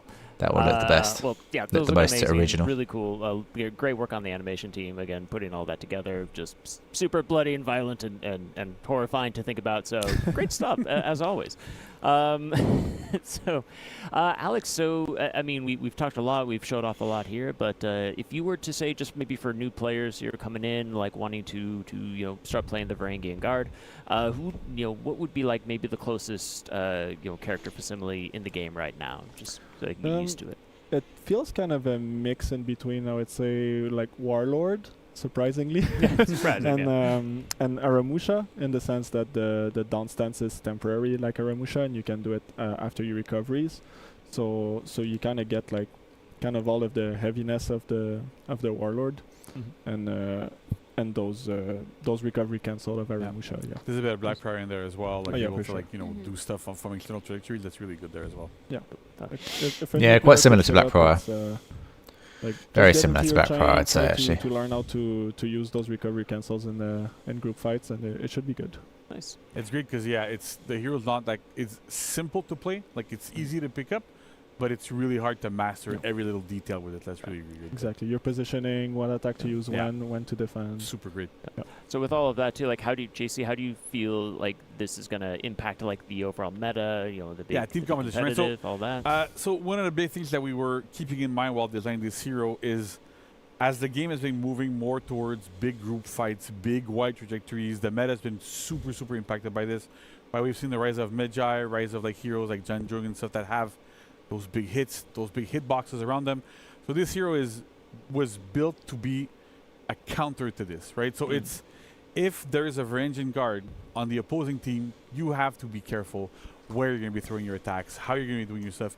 Yes, it's not a super hard counter, but it still works really quite well there. So we're really expecting to be able to see her more into those compositions where you need to defeat Only thing is, though, really using those if they have a like those that huge we've trajectory built- and that we've it's been a building over the- unblockable over attack, this past year and a half. I don't it's know really if it will block built though, around this. We had this in which mind, is why Black Prior while is we're better, building because it this can hero actually as well as when we're, counter like, buffing your unblockables group as well, fights. and even So bashes. This is how I really, really feel like it's going to go, both in regular gameplay and in competitive. things Because like in regular is going to Raider happen once in a while. You can be able to counter block it those with trajectories, his but at competitive zone. level, I've seen the players that we're going to be seeing playing later use her very, very, very effectively, use all those superior blocks, use that full block, all of these things really well. So I can really see her getting picked in a lot of situations and be very, What are the very feats? effective. Yeah, definitely. From what I can remember, you can heal your teammates. This is a character where Your crushing she counter wants to be supporting her group, her team. So gives you as an a opponent, you wanna buff. kill her, And but also it's when you really do hard to kill your her heavy because she's attack, constantly supporting her you team, also so, like, Exactly, it's right? give a damage buff that's to the you big and your part of it, team, where you and wanna, like, make then sure that fourth she's feat there, was she's an in arrow there, storm, but it and plants a it's doom one of the banner first few where times you where, put like, that well, arrow storm. I have to kill this I hero think first. that's all of And the we built feats. with that in mind, right? With all those defensive tools that make her harder to kill. So it's all those little aspects that kind of blend together that make for something super interesting. And the other thing that we were hoping to have is, if you're playing this game and you have a friend that's starting or whatever, you can play with them and stick close to them and actually actively help them in group fights and protect them and defend them. And it fits really, really well with the hero's thematic, but also with what we're kind of gameplay elements and where we're trying to push the game. Awesome. Super cool. Well, thank you so much, and thank you for sharing all of that, and Vanessa, too, for being on the couch. Thank you. Anything else you'd like to say? Thanks to the animation team, Ricardo, Nawel, and Michel. All their great work on this hero. Honestly, I'm really excited for the player to Fred on the VFX, Like honestly, like every so department that we have, like so from Yes. animation, from the fight team, like the entirety of the fight team always participates in the development of every single hero. We all work hard together to push this as far as we can. But then we have the programming side of it that they did a ton of work. Quite a lot on this The one. VFX department had a lot of work on their plate as well. So it's a big collaborative effort. Like massive shout outs to everybody on these teams. We've all worked super hard, and like, we have everything to be proud of. It's really, really good. Amazing. Cool. Thank you. We hope you're as excited as we are. And if you want to see the next stage of all this, well, what better chance than what's coming up next? We have exhibition matches with some very special players who joined us in the studio live, who are going to be doing some hands-on real scrimmage matches using the Varangian Guard. So you don't want to miss that, so stick around because we'll be right back. Thank you, guys. So there we go, now we know what the character can do. So, first impressions though, I think the character's not as original as I'd hoped it was going to be. As they even said themselves, it's like it's a mix between Blackbriar, Warlord, Aramusha. The character hasn't got anything that's massively new, like Medjay had, for example. But in terms of strength, also doesn't look too overpowered. We'll obviously have to wait and see how it plays out in like Dominion, and obviously just testing it ourselves as players. But on the overall, seems good. Seems good. Yeah, we'll have to wait and see. Her feats don't. The Doom Banner one looks good. The Crash Encounter one and the general buffs look alright. I don't think they're going to be massively game changing, but yeah, we'll have to wait and see. I don't think it's going to be stronger than like Blackbriar, because Blackbriar can flip unblockables. Because he's a full block character, you can't full block an unblockable attack from Raider or Zhang Zheng's actually got an unblockable. He's got an unblockable zone, so that will still counter it. I guess, yeah. When they're saying about Medjay doesn't have any. He hasn't got an unblockable from his staff mode. He's unblockable from his dual axis mode.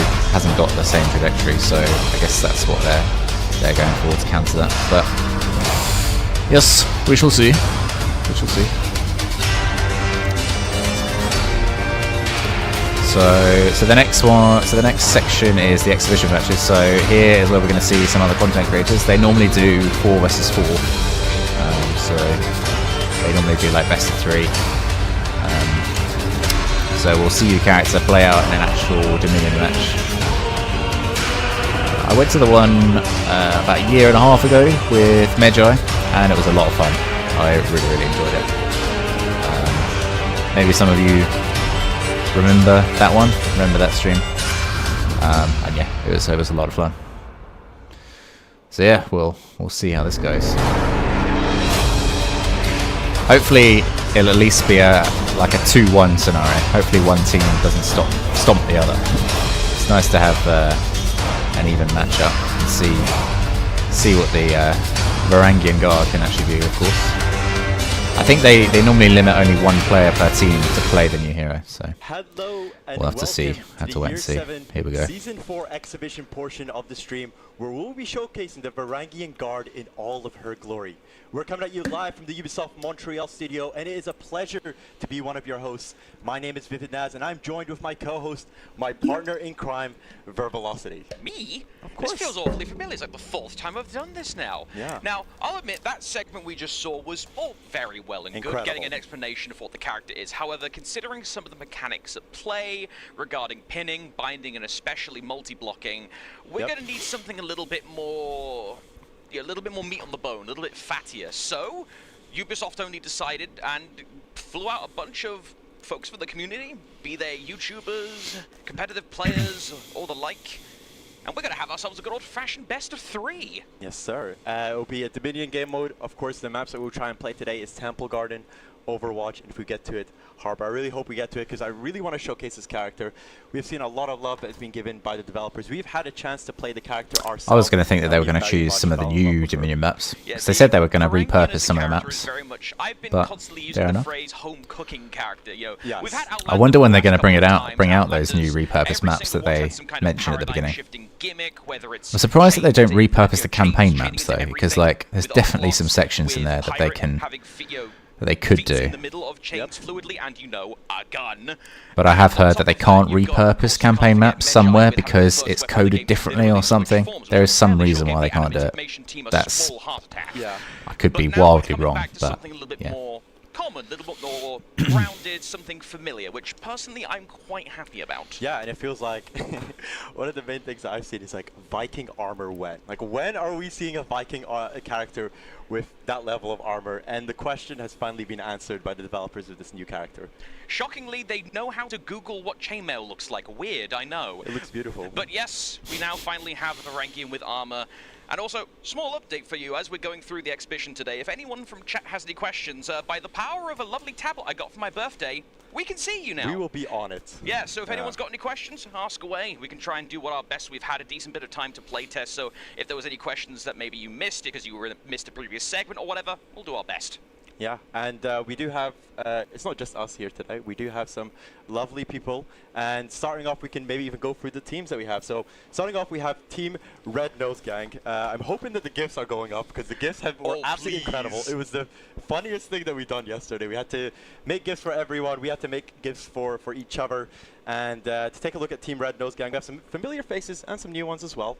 We have Normie, Big Force player. This guy has won so many tournaments in his lifetime. Hey, there's the GIFs team over there. Okay, there we go. The GIFs are up. They're beautiful. Some of them, the special highlights are to Normie, Parko Yolo as well, using those emotes. We also have Freeze and Nutella as part of that team.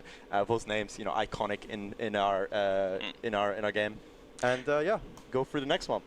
Now, on the flip side, of course, you must keep in mind the enemy team. We've got Team Stream Killing Service. We've got Rippy as the team captain, one of the foremost folks in the North American competitive Stream Killing Service. You know, even the name of the team, they decided a little bit of a nod to his home team, the Team Killing Service. Next up, we've got Bean, a little bit of a wild card here, because Bean is the best 1v1 player in the game by sheer record, the current winner and reigning champion of the Duel Series, or the Duel Frenzy, excuse me, got the Minion Series mixed up there. However, how well is he going to do with fours, I wonder? A little bit of a question to consider. Next up, Spaniard, a returning face here for the broadcast, and Spaniard, more known for his tournament adjudication than actually playing in them, but I'm sure he's got some funny stuff up his sleeve nonetheless. And last but not least, we have Havoc, of course. Relatively little introduction required for one Mr. Havoc. If we see a Warden, there's going to be a problem for the enemy team. Yeah, just look out for the player that's like edge walking across the map. I'll tell you something about Spaniard, which I found was pretty hilarious. Is Freeze deems him unreactable. He's so used to playing with the top level players that when he sees Spaniard's Kitukiri, he's just like, what is going on here? I just don't understand how this player plays. And I believe we are going to have the lineups here very shortly as... For once, I'm not the one actually running production, so the eye's coming up very quickly here. Normally I'm the one doing tournament streams. Does your character have a deflect? No. Character does not have a deflect. Well, they do have a crashing counter. Maxwell production is going to be on the camera in-game. Always good to shout out the Observer. And here we go. Alright, starting with Temple Garden. A full tournament legal set. The first one going to be on Temple Harbor. Fun fact, by the way, some behind-the-scenes stuff. Temple Harbor? One of the maps Temple in Garden. the pool for today was actually going to be Gauntlet, but all the players threatened to go on strike. So we're actually going to be a full tournament legal map set for today. Yeah, and today we'll be following mainly Rippy and Normie, as they will be playing the new character you can see here, all kicking off on point C. Hopefully get to see 3 on point C each team. That's the normal thing. To the viewers at home in a live 4v4 match. Now, of course, C point on Temple Garden, the place to go for any... Yeah, cluster clock is a very good way to put it, but it's the most important point in any serious game here. And first one's going to go to the Team Blue are having a strong start here. To exploit the All God. However, as a few people have guessed in chat, Varangian does have a couple of key weaknesses. They know the correct gank technique of not having more than 2 people, although they have Fed Revenge, unfortunately. Berserkers who aren't thinking clearly, but 1 or 2 unblockables will mess you up. Yeah, an absolute stalling champ you see there in Normie. Oh, is he going to clutch it? Oh, that was a good play there by Normie. He actually clutched that. That was a very good play. Wasn't looking good for team the orange team. Not the biggest concern potentially for Havoc. He's got a lot of experience in that particular matchup. Oh, Havoc versus Freeze. Freeze has gone out of stam though. Max punish for Freeze. Doesn't matter though if you get shot on from out of left field. Comes the Zerker. That's going to be a critical amount of damage. You need to leave before you die, and it's going to be the latter. Bean, lastsecond.com. Yeah, and some extra lore. Havoc's Kyoshin ripped yesterday. We had a bit of tech tests. Havoc locked in the Kyoshin, and he went 13-0. So I'm hoping he carries on that performance here today. And we just have this 1v1 with Normie and Rippy. Normie securing the point, holding it down for his team. Oh, nice catch there on the parry. Be a bit wary. Now, another downside to the Varangian Guard is that you may have noted the 1v1 and the general offensive power of this hero is lower, especially in ganks, unless you really quite a big hitbox actually on that zone. Even the top level players here have only had a couple of days, so from the new character, of course. See the power level of this hero once it gets out to the wider community. Yeah, nice bench there. Usage trying to fall for the zone heavy, but unfortunately got parried there successfully by Havoc. Havoc trying to see what he can do there. Oh, unfortunately. Oh, Hitokiri smacking from behind there. You do not want to have a Hito smacking you from behind. Killing service secures the point. There you go. What's going on in chat? They can't keep our love apart. Yes, Mr. Sheep, don't worry. I love you too. But real talk for a second, though, Vivid. A nice little sort of subculture that always ends up going on around the new heroes is always the race to Rep 70. Kind of an unofficial thing that happens on Twitch, and Mr. Sheep is already pretty much locked in. He's got his requisite bucket in his room ready to go. The curtains are drawn. We're set. And just to remind people as to when they can start that race, the character will be launching on February 1st. You can buy it for $7.99 USD. And for everyone else, getting a character to Rep 70 takes a long time. Like a long time. I've only, to put it into perspective, I've only just got Kyoshin to Rep 70 like a month ago. And I've been playing him for literally ages, like literal years. So like it's a massive commitment to actually get to Rep 70 in like, I don't know, a couple of weeks, like some people do. Another question from like, the it's mad. Like, I missed the narrative segment. Very respectable effort there. Rewind in the stream. I do believe the Ubisoft channel has the VOD saved. But if you want to get a nicer sort of stretch on the lore, just wait for Reaper King to upload a video. He's going to have it up on YouTube. Pretty even matches though. 400, both in the 400s. To get that sort of lore stuff, so keep an eye out on that. However, from the immediate moment, oh dear Bean, it was nice knowing you. Executions. There we go. Norway picks up a bit of health as part of that execution. Rippy trying to see what he can do here. It is a 3v1 situation, but the Varangian Guard is pretty good at stalling. We saw Normie do it pretty well, but unfortunately Rippy just get picked up there. Another execution on the Varangian Guard. They just look so brutal. And I want to point out something that you told me yesterday. I arrived pretty late to the sessions. I had some issues, let's say, getting You got ganked by the visa office. We had some issues getting to here, but when we were going through our 1v1s, you pointed out how much you love the sound design. The animators got a lot of love. Oh, someone disconnected. Gets a lot of love, and just the general lore of this character gets a lot of love. But I just want to focus in on the sound design, and you were the one who pointed out. And I think Team Blue are gonna win this one, I think. The way the chainmail sounds on a hero that moves as much as Varangian Guard, I personally quite like it. Also, yeah, Team Blue have got this, I think. A little too much. I imagine that'll get fixed. But how would I tier her in terms of 1v1 potential? Not high, I'd say. Difficult, of course, to rate it without playing it.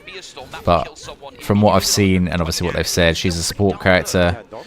She has support feats.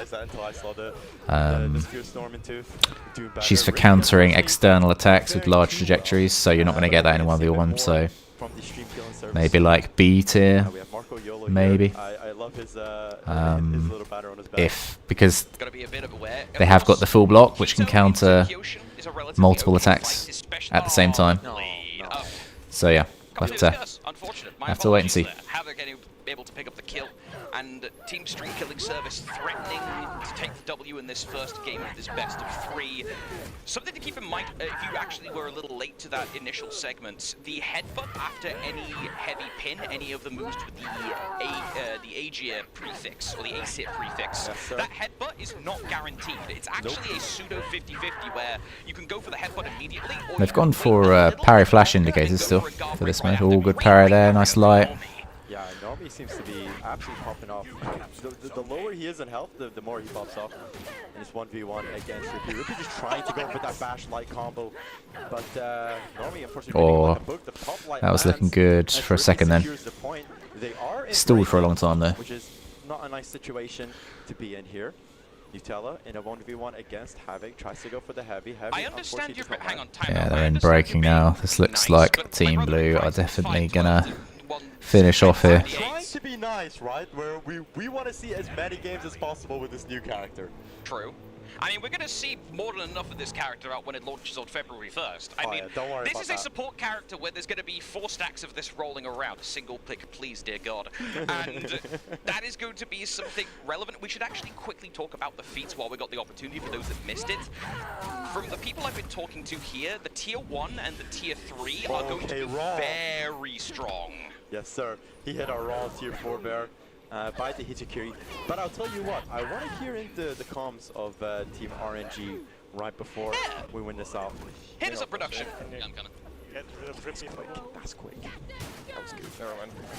I'm too good. Alright. Go, not too. You're too modest. Orange team have just got one guy left in the center. This is not looking good. Or finished off with a tier 4 there. The new Doom banner tier 4. Hey, let's go. Alright. Let's get it. You know what? I was going to say that they won in lowercase. Like, I felt like they were in lowercase. But Marco Yolo picked up the energy there at the end. And, yeah. Do I play Claw? Nope. I do not play Claw. Alright. Where is my controller? There it is. I play with this. Notes here real quick. The Can you see that? map Yeah. is over the wall. And it has the back buttons. PS4 controller. Another one of the Obviously. the competitive So yeah, so I can feint with this button, and then I can dodge with that. So means I can guard at the same time, which is very helpful.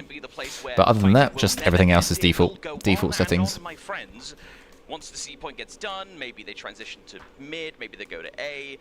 With Varangian Guard specifically, Vivid, something you may want to keep an eye out for is if the Varangian Guard gets sent to mid, or if they're going to be primarily holding on C. Because, of course, a lot of characters who are meta in mid clearing right now, there's a few unblockables here. That's a good point, actually. Does she have a roll catcher? I didn't quite catch whether she has a forward dashing heavy or a forward dashing light. Yes, I understand. Because at the start you may not have if she's going to be good in 4 vs 4, she needs to have a roll catcher. Early on, you're not going to have those feats. And people trying to like run away. On your superior block. So it would make more sense to move for that mid lane, try and go for the clear of the creeps. But later on, you want to be as close to your team as possible because that tier 1 is, I won't say busted. It is great. It is amazing. Strong. When I was asking for a couple players' opinions, the tier 1 and the tier 3 were the ones being pointed out as strong. If you want to know a vague idea of the numbers on those feats, the tier 1 heals for about 10 per block, which can get fun very quickly. Straight back in for the second match here. On superior blocking something that is essentially a righteous deflection, so it gives you 15% DR, and then the AC award that gives you and your team the damage buff if you hit someone with an AC. I guess they couldn't really give her a flip to counter the unblockables because that's Black Prior's unique ability. I mean, they could have, but we always like to see this on Overwatch. yeah, that is still going to be a weakness, the unblockables on the full block. But that's the same with any character. Goshin, Warlord, unblockables will cut through the full block, obviously. Very cognizant of where the Varangian is in the fight, because one guard and you're getting binded, and then you're probably getting jumped up. I mean, look, A lot of players here on low health. Oh, he's just been taken out. We wanted to see it that he was so close to revenge there, and stream. Someone's going with a Rochi. Who's going with a Rochi? Oh, Freeze went with a Rochi. For the Red Nose Gaming. Okay, well, good stuff. Just as I said that, I jinxed him completely, and Red Nose Orochi side heavies are very good in terms of trajectory, actually. It should be interesting to see how it's going to interact with the Varangian Guard full block that they mentioned, because that's what it's supposed to counter. Oh dear. What are you doing? Rule number 1, don't jump attack on Overwatch. Jump attack was a mistake. I think actually, when I did the Medjai one, I think Freeze did the same thing on this map when we were playing, and then I followed, and I tried to copy him, and I did the same thing, and we lost that match unfortunately, because probably lost the whole thing. What is going on here? The Varangian Guard is very strong, but put them in front of a ladder and they'll, you know, they'll This is what they need. They need a counter to flipping ladders. That's what they need. Screw all the full block, you know, external trajectory stuff. We need a ladder counter. That's what the game needs. I'll tell you now. That's what we need. Why are you running? Stop, please. Okay. Oh, if he gets killed now, it's going to be game over. No. Please don't get ledge life on Or, yeah. He's not gonna lose that one. That would have been bad for him. From Norby, he wasn't too happy with that. Spaniard in 2v1. I said Centurion. Yes. Yeah, the thing with ladders, even longbows and kunais, like you have to like properly aim it to even have a chance. It doesn't even lock on properly, which is really annoying. I would say back 2017, 2018, you've always been playing Conquer, even though when he was giga bad. We're old. Yeah, we're very old. Arguably, he's somewhat giga bad now, but that's the topic for another time. Yeah. Back into the game, Marco Yolo on the Shugoki goes for the hug. Oh, someone's getting hugged. What are you doing? You're letting the YouTuber grab you? Yeah, he's. What are you doing? Rippy's can't get squished by Shugoki here so far, but he does seem to have the numbers advantage on the C point. Nutella gets caught there with a parry, gets successfully executed by the Varangian Guard. Oh, there's that new execution. That's my favorite execution. The back spiking shield X. That's my favorite. Oh my god, the executions here, every single one feels just grounded enough that you can expect it. It doesn't feel particularly over the top, and that's sort of been a general theme for Varangian as a whole. Yeah. Is very much back. Yeah, that's a good idea. Yeah, a shake ladder animation. You could like hold down circle at the base of a ladder and shake it. That'd be nice.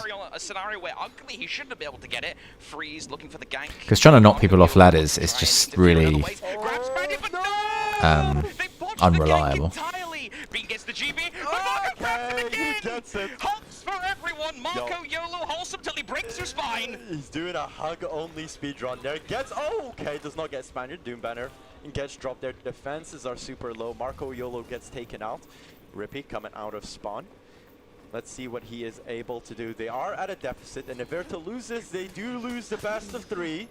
So they really need to pick it up for the stream killing service. Gotta be a little bit wary here. You don't want to get too open live. Trying to do the outer lock on Yeah, you definitely don't. the opponent there. They are. Surprise! We haven't told them what the prize is, but there is a prize. Yes, the prize is exceptional. I'm always jealous because I always want the prizes that they play for, and I never seem to get one. Oof. Good parry, but shot but come on, surely we're winners by too. the longbow. Are we? Yes. I mean, sure. I mean, we get to talk over this a lot, but these are the people actually playing it and/or getting clipped on stream. Yeah, so I mean, that's true. these are the people sacrificing their social capital to to give an exhibition for this character. Yeah, Speaking of which, I know that was the execution in the trailer. That's particularly one of my favorites with It's just Varangian. nasty. I always imagine the axe just slitting their neck. Ooh, ruthless. Out of context statements from makes you say a lot of silly ones. Yeah. Definitely do not clip that. Do not clip possible psychopath. Okay, here we go. We get to see some minion clear. If anyone is wondering How at home. good is Varangian at wave clear? Let's find out. Yeah. Oh, hang on. Look, but there's a cat fight on C. This is actually more important. Shout out to Maxwell Production for finding this. Teller in the 1v2. Rippy trying to Team Orange are going to have to do something here to turn it around. Someone has walked up to the right. That's going to be a normie. The Varangian support. Careful. Revenge, you fed revenge. That's not good, but the Teller's on the Zerk. Heavy. One down. Looking for another. They're triple capped. Verb, they are triple capped, and they're only 50 soft points away from breaking. Stream killing service really needs to pick it up in this fight, but it doesn't look likely as Bean is incredibly low. Getting taken out by the Varangian. Flee. Nutella just deciding he's going to run away, but unfortunately, the ladder tech. Once again, the ladder. A lot of ladders in this game. Ladders haunted. You don't normally see this many ladder I don't know. this much ladder usage. Crushing counter. All right, I got to talk for a second about the Unless of course you're doing elimination with like the lights are deceptive with Varangian because not toxic people, etc. You sit on ladders. a gimmick of having a crushing counter on both lights. You see there. Yeah. They are also enhanced lights, which means you can use them as an initiator fairly frequently as long as you're not being brain dead and just letting yourself get parried. Yeah, no. The character so far has been showcased pretty well, I would say, by Normie. Rippy struggling at points here. But they do seem to have come back from the huge deficit that they have to capture some points. They do have A and B here. C still being contested. Marco Yolo in a 1v1 here against Havoc. Nice successful parries there. Close match here. The the Mr. Okay. Mr. Marco. Oh, the hog attempt. That would have been. On with this guy. That would have been bad. He would have managed to One as well. land that on Havoc. Oh my, he's trying to get a clip for his videos. For sure this dude's trying to get clips for his videos. I mean, why not? The stream's right there. Yeah. Although, I do want to address actually a statement someone said in chat. Let's go. No way anyone's using them to external block externals. Nice sentence, by the way. Yeah. But if you're specifically referring to the How often do I get frustrated playing For Honor? All the time. All the time, yeah. It's a skill that I have learned not to vent frustration in this game. But if you play a game for 5 years, eventually you've seen most things that can happen and just think, oh, another one of them, and then you get over it eventually in time. Very frustrating game though. For Honor is the most frustrating game I think I've played. You can change, you can lock on different. I haven't broken any controllers though, so I guess that that shows some restraint at least. Any character that you block. Yeah, I maybe slightly lied about the whole paradigm thing. Yes, that is technically a brand new mechanic to the game. It's still a pretty close match though. There's 100 points in it. One point in it if they get A or B. Not looking good. I think Team Blue have got this. RNG, Red Nose somehow are the ones that seem to be losing. Rippy has completely turned this around, has all 4 feats available. Unfortunately, the Arrow Storm has already been used by Normie. I don't think we got to see that on stream. There we go, the Arrow Storm gets used there by Rippy. Oh, here we go! Finally a successful one. Freezes molding, but that does work for Team RNG. Be careful. Watch those tier 4 feats. They can come by surprisingly quick. Rippy's got the Doom Batter down off the Spear Storm. Havoc is already on a kill streak. That is a Fury Blast. Varangian Guard taken down for the win for Team Blue. But yeah, this isn't like a proper full-on, like, they're just messing around really in these matches. I want to remember last time. It's just to showcase the hero. For the Magi reveal. Yes. It was a 2-0, right? Yes. Okay. Well, this might be our first BO3, or this is our first third game in our BO3s that we've had actually. Yay. Yeah. That's rather nice. Yeah, I know. First time for everything, and also it kind of harps on the point that we want to see as much playtime for this character. 4v4s is where the Varangian Guard arrives, and welcome guys. For those joining us now, we have shown off the character already. They've shown the moveset, and we're in the content creator matches now. Just playing some fun games at the moment. So welcome to anyone joining. When I first was invited in and I got to look at Varangian Guard and I got the explanation from JC that she was a support hero. Do I have any plans of making other online multiplayer games? Not at the moment. I do play other games, but For Honor is the focus, of course. Next to Blackprior, but Blackprior doesn't count because Blackprier's really good. I haven't looked too much into the finals. I'm not sure if I've seen that as a game. Don't know 100% what that is, but yeah. If you guys want me to play a certain game, just let me know, and I'll look into it. I have thought about making a second channel for separate games that are not For Honor, so yeah, it is a possibility. But finding time these days is not on my side, so it's YouTube is not my full thing that I do in life, so have to gauge what I do, and yeah, find the time for things.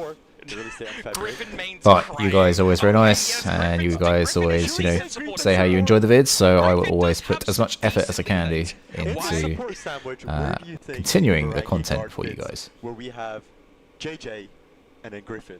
Alright, so Griffin does have significantly more healing feats. You got access to AoE heals. Yep. Actually quite a few AoE heals, let's be entirely frank. However, what Griffin essentially has those on a framework that is kind of similar to a Lawbringer. But with this hero, you've got the bind mechanic, and the bind mechanic in particular is going to make match number 3, final match. Throw out hitboxes without thinking about it. It's going to be a problem. Yeah, it's going to punish them pretty heavily.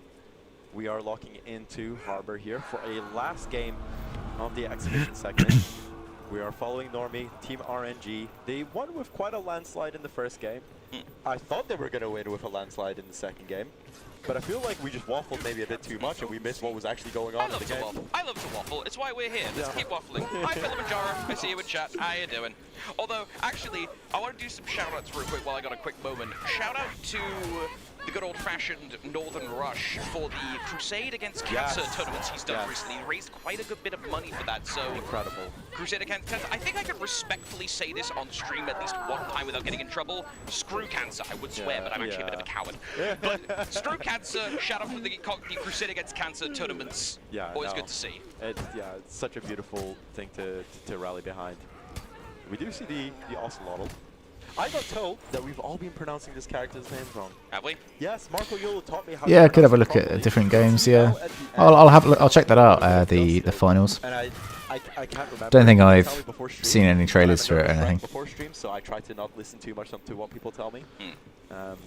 I mean, to be fair, this is also the same character that has the Mahuatl as a weapon. I think that's how I meant to say it. It's like MC Phlegm. So it works. Yeah. Yeah. That's gonna. Hang on a minute. Havoc, what are you doing here, Sunshine? On the Orochi, you've got to make it really work here against the Shugo. You can get. Oh, Havoc's on the Orochi. And there is a Berserker. Come on, Havoc, show us how it's done with Orochi. So you have ways to get around a Varangian's defense quite nicely, but got to deflect that new hero. Yeah, got to do it. And saying that, I would be interested to hear what is going on in team SKS. What's up, Max? I'll bash for. Yeah, I'm going to see with the move. You just like do anything. I had good damage. I'll stay on mid for a sec. Yeah. Shigoki's coming back to mid. Right, I'm coming back up to help you again, Goki. Oh, you meant that. Dragon's Dogma. Like the name, but haven't looked into that one either. Barry, I could have dodged. Yeah. I'm just gonna let you warn him while I kill minions. Yeah, CNB. We got good point of vantage from this. Got him. Nice. Head back to C again. The Reno's pretty fair right now. For Albini. Nice. I'm coming back to. Let me know when you'll be in mid. I'm coming. Like come as soon as. Coming now. Oh, you're going all watch see if they push it. I see 2 mid, 3 mid, 4 mid. Don't touch the freeze. Yeah, Bean's the one on freeze. Yeah, don't worry, I'll peel Nori. I'm trying to get out. Oh, Circus on me, he's gonna kill me probably. Nice shit. Ooh. Spin. Have it go here right now. Okay. Nice.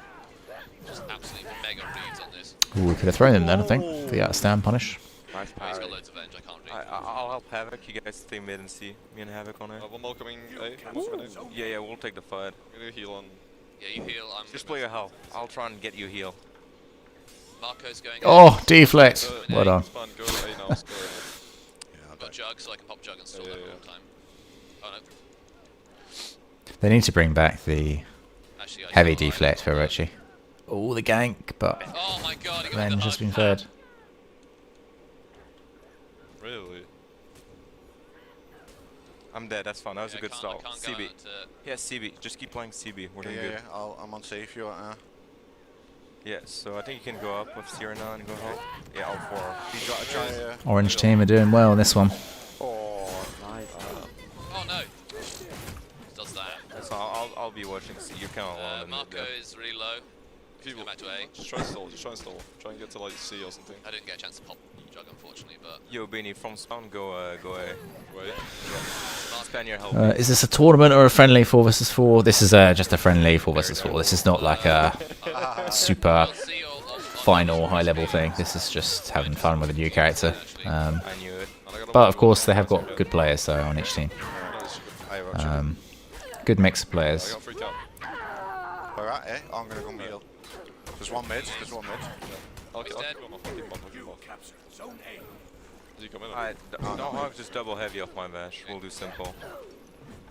Yeah, I've thought about doing some more collabs with other content creators. The thing with me is I'm just very bad with messaging people in general, to be honest. And then finding the time to fit things in with like my own life and For Honor, which I like try to keep separate really. Have other things going on, etc. But yeah, up for it. And obviously, it's a bit more tricky when content creators are in different countries. Like obviously I live in the UK, and if someone lives in the US, then there's a time difference that you have to get around as well. So I've collabed quite a few times with Havoc because obviously he's from the UK as well, so he's you know, we've got that going for us. But yeah, would like to. Oh no, okay.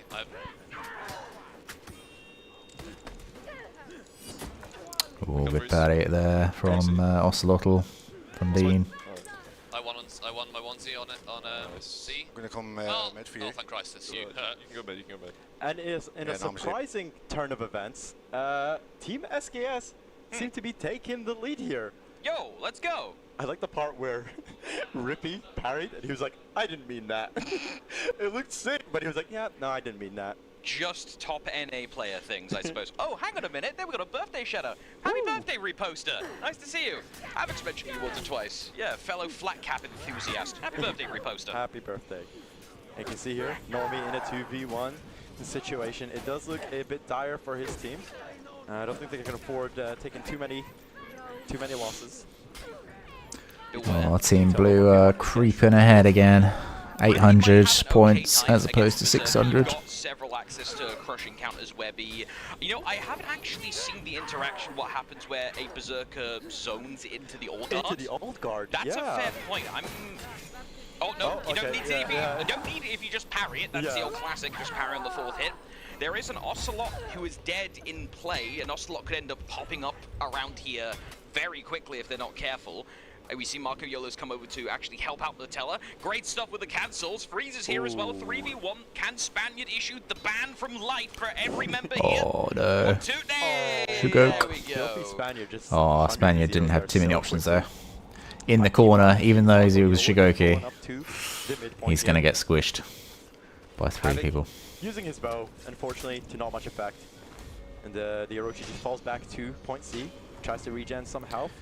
Havoc in a 1v1 against Marco. Okay, we get to see some epic gaming. A 1v1 going on here with the Varangian Guards. Blue versus pink. The duality of Varangian Guards. Careful. Gotta be careful. That is the way you get around Varangian. Yeah. That is the way you Got get too around much revenge for a gank there. Shigok has got to take the 1v1. This is not a Black Prior style all guard where it counters everything, but you just get beaten instead. Marco Yolo deploying the bow shot. Sorry, Spaniard deploying the bow shot there. Heavy damage. Normie 1 HP. Normally Spaniard's trying to help him through tournaments, but now he's going to help him to an early grave. And yes, he does. Good work. This game has been surprisingly close, Verb. We've had to go back and forth. Yeah, I haven't collabed with Faram, Kenzo, or King Misty yet. Just facing up against I've been in some Dominion games where I've been matched up with him, I think, but I haven't done a formal collab. Would like to though. As I said, I'm really bad at messaging people, etc. That's unfortunate. And Rippy's going to drop as well to Normie. Welcome guys who are just joining us. We're just finishing up on the last match of the exhibition matches with content creators. It looks like actually the orange team are gonna... Oh no, they've gone down. It's neck and neck here. Yeah, we've seen the moveset obviously. We've got 2 teams playing Dominion with only one person from each team is playing the Varangian Guard hero though. Bean comes into support. Orochi is down, and we're about to hit breaking real soon here for Team SKS. Oh, this is very close. This is a very, very close match. They're gonna have to make some plays here. A very good place to put them if you can. That's going to be a quick respawn. Double break. All right. Oh my god. I do see some questions in the chat. Good match to end on. This game in the time between, so we'll keep an eye on this for the time being as we are in breaking, and I want to keep focus on this. Rippy in a 2 versus 2. Havoc is here to assist, and still the Spaniards in the back. Yes, sir. And health power seems to be in the favor of Team SKS here. The fire. Oh, executed. That's massive. Doesn't do much as Havoc picks up the execute there at the back. Vitala trying to see what he can do, but they do have 1 member down in the form of Normie on the Varangian Guard. 2v2 situation there. Rippy falls. 3 members down here for Team SKS. Oh, Team Orange are going to take it. Take up the win. Ocelotl gets executed. Beat's dead. Bean falls to the ground, and the last member, the There we Shinobi go. falls as Very RNG nice. pick up Very, the very victory. nice. The best 1v1 player dies to freeze. Yeah. Headlines everywhere. Yeah, Bean is probably not going to live it down. Alright, so there's many things we could say. However, I want to give a little bit of time for players to think up their answers for the interviews, because I imagine some players There we go. have some explaining to do. There we so go. Let's have a look. Final look. Let's see here. So I think they do some highlights actually. They might do some highlights. Or they might not have enough time. Favorite in execution? It would have to be actually probably Orochi's, one of his original. Actually, no, Kensei the backstab. Classic. It's quick. It's been in the game for years. That's my personal favorite. My one, I would probably say the Orochi, where I forgot the name, but you like jump on the knee, off of the knee, jump in the air, slash their head off, super quick execution, gets the job done. Bish bash bosh. We're in the game again. Yeah, what else here? Let's see. You said you have a look at chat, Verbo. Yes. Yeah. Can I get a hi from you? Yes, you can, Shield of Hope. Hello. Hope you're having a good day. Anything else? We got a bit of time. Oh, Yeah. hey, Giga George Raker. How you doing? I see you in chat.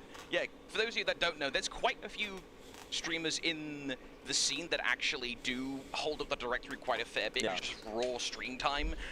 I would love to go into the full list, but Giga Jawbreaker being one of them, there is quite a fun list. I'd say after the stream, if you want to sort of keep the good vibes going, check out the directory and see people's reactions to the stream. That's what personally I want to see. However, I'm going to stop myself before I end up going the full thing, because I could just talk about the directory forever and the cool people in it. Yeah, no, we really appreciate it. We once again appreciate the opportunity to be able to cast the exhibition portion of the new hero reveal. I need to get a green screen behind me, actually. That's what I We need. love that the game is still getting so much So love I can and not support take up a from massive the chunk of the developers screen. and also But the players at home. We do have as you know, I don't stream that often, so that is why. Lined up for us. But before that, do you want to just give us a quick final word for Velocity? Game's great. For another 10 years. That's what I hope. Yes, that's the hope. Much love to the people back home and the dev team. And 10 years. If For Honor makes 10 years, with the I will losers interview. be very happy. I think it will. I think it will. Hey, here we are. I am joined by He deserves the it. L squad. So that's not awkward. Rippy, what happened? I guess we just couldn't beat them. We really tried our best. There was a game we came back, we made the biggest comeback, tried to get the momentum going, but in the end they just outplayed us around the end, and GG's to them, really. You had some great plays in there as Varangian Guard. How does the hero feel to you? What did you like about it, and where did you find yourself struggling? The hero feels really nice. Offensively, maybe he's not like the most like offensive character, but his defense is more than enough to compensate for that. Like neutral CCs, chain CCs, the full block recover cancel as well feels really cool to use. Really good full block as well, stops all the chains, so he did really feel like a defense machine. Yeah, you had a couple moments in there where you really were able to utilize that full block to. Welcome guys that are just joining. We've just finished off watching the new Varangian Guard hero reveal. It was nice to see. We've had the moveset, the feats, and then we'll go the down the line if you exhibition wanna pass the matches. Mr. Bean, It's a heavy what character, happened? by the way, not a hybrid. I had some mishaps, but obviously they came out the victor. What was your moment where you thought, oh, we've got this, and then you realized, no, we don't? I was a little tier 1. I just kept trying to like respawn and heal, but I couldn't. I kept dying. Sorry, my bad. Yeah. Yeah, No, just kept dying. Yeah, I mean, hey, it happens to the best of us. Definitely in practice, but yeah. Yeah, do you think top heavy would have saved you? Okay. Let's go to Havoc. Hello. Hello. Do you feel like you misused your Warden pick? Yeah, I missed opportunity. I feel like if I'd have picked Warden, we might have just won at the end there. But nah, I don't know. I struggled against Normie, to be honest, on the new hero. He was just messing me up every time. You know, she's strong. You just gotta be careful around her because of the full block and all that stuff. So yeah, I'm going back to Jules. Full stresses me out. And Mr. Spaniard, how was it? Yeah, he needed a character with an unblockable to take on the new hero. So because that full block, it's just that was my tactic. it's just not going to These be a guys black played prior and not flip everything. Felicia in the last match, which was probably a good idea. But yeah, I think the new hero is amazing. Looks really cool. Was pretty scary when piloted by Normie, but honestly, I think Nutella's Berserker was even scarier. Oh yeah. Yeah, and I tried to run away a lot. and I got caught a lot. I died Well, even more. That's that BBW, that big Beyblade winner. Yeah, yeah, exactly. Yeah. All right. Well, we're gonna show you guys off stage and get the winning team out here. We'll be back to them in just a sec.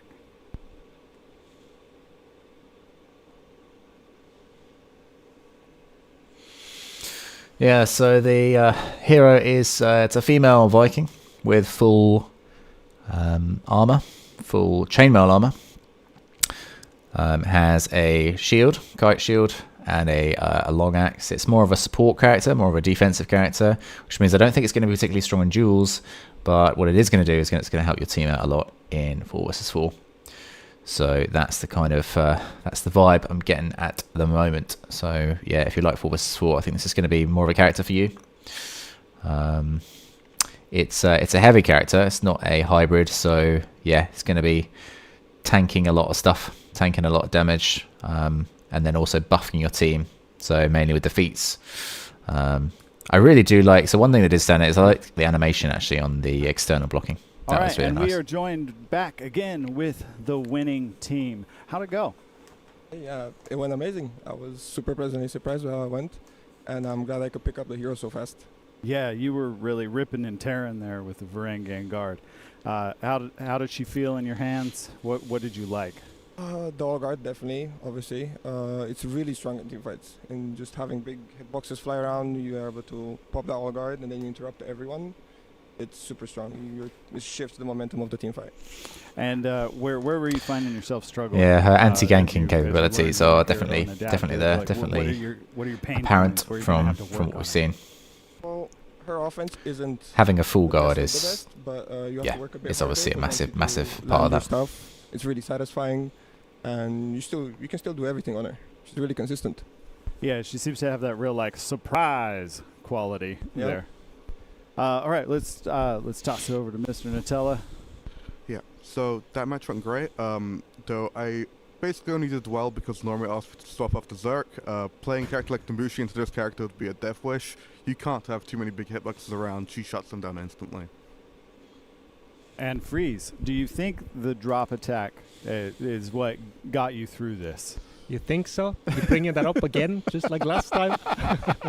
No, they baited it out really well. I didn't expect that one. And my drop attack, I don't want to talk about that one. Okay. I don't. How did it feel to fight against Varangian? Yeah, Bringing guard. during the rehearsals, I was playing Magi and it was not fun. I switched off that one and went a lot better. So yeah, big hitboxes, you really need to pay attention where you throw those around her. And Mr. Marco. Yo. I loved the hugs. I just hugs everywhere. You just Hugs hugged for your everyone. way to victory. Absolutely. How does it feel? The hugging or the victory? Yes. Both. Great. Amazing. Love it. Love to spread the love. Well, we have some prizes here for the winning team, as you can maybe see on camera. If you wanna pick that up, Normie, and just show the people at home. So because we've got Varangian Guard, fully armored Viking, you need to have a fully armored drink vessel. So we've got some corne à boire, or some Viking drinking horns here for you. So these prizes you can take home, you can show them off, and you'll always know that you were victorious over the other guys. So thank you so much for the exhibition match. For everybody at home, stay tuned because we'll be right back with seasonal customization. Thank you, everyone.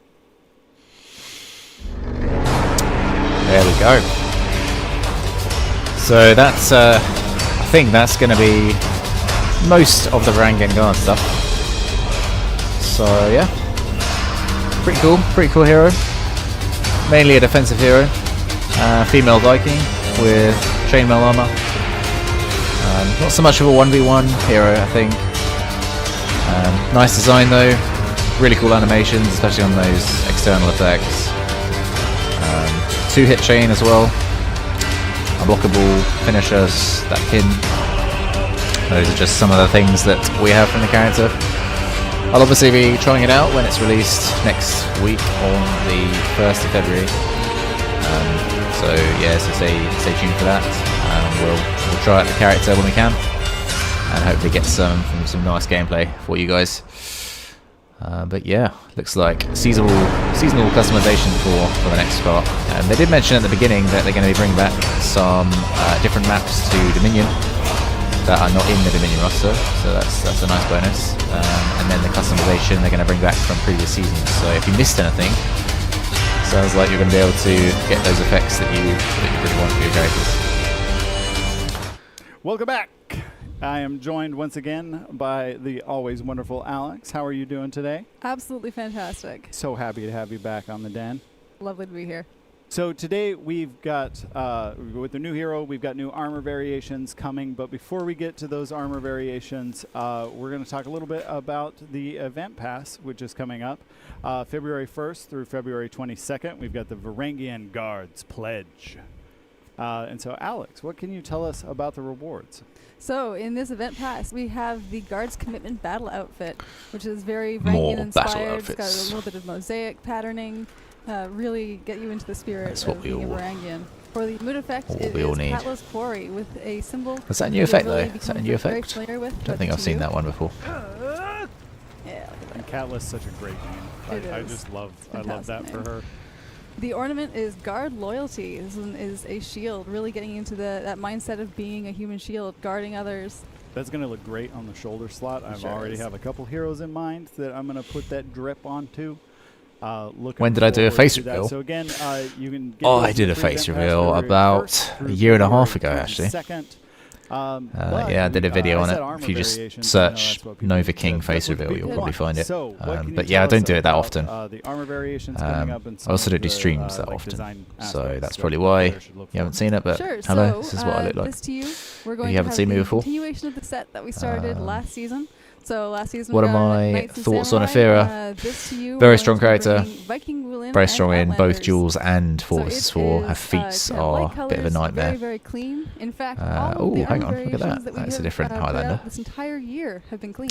These are going to be the new I, armor for one, sets, I appreciate, 'cause guess. I'm a big materials fan. New Ocelotl If there's helmet. not a lot of material Very options, nice. for me, then I tend to be That like, Highlander "Oh, looks go to someone like- who's got some shine. I don't know. He looks Fantastic like customization. This is also the the very Flash first or time that something. He Ocelotl looks like one of received those an kind of armor like variation. superhero So characters that's from very that. exciting. That is exciting. And anytime our favorite Jungle Boy gets Elden Ring DLC, we'll stream that when it comes out.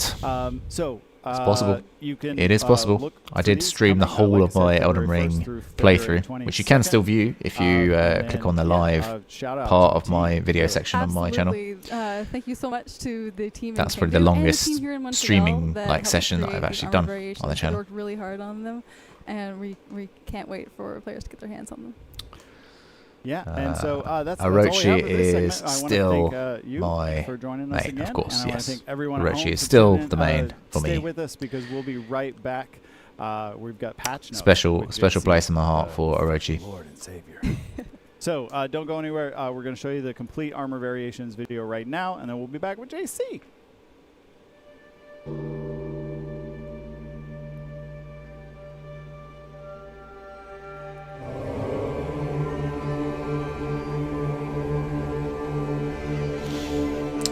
Alright, continuing the theme for the leather material for the Vikings. The Highlander one looks pretty good. He's got a nice plate for his chest there. And he's got a new hairstyle as well. He's got a mullet, which is not something I'd have expected Highlander to go for.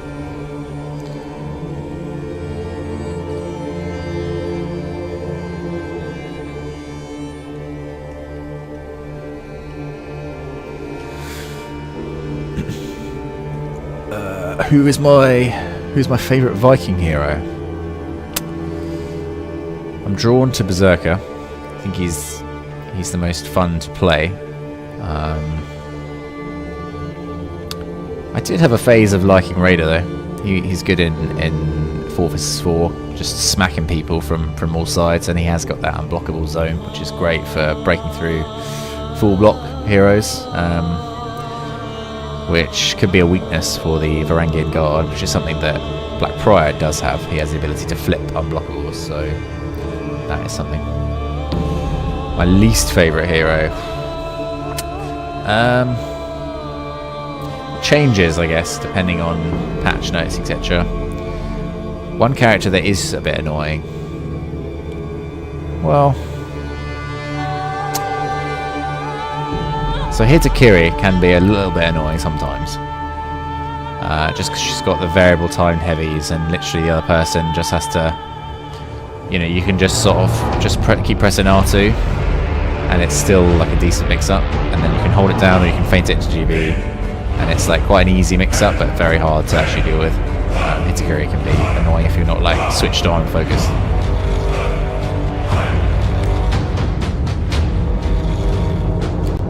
Well, Pirates are nice there actually.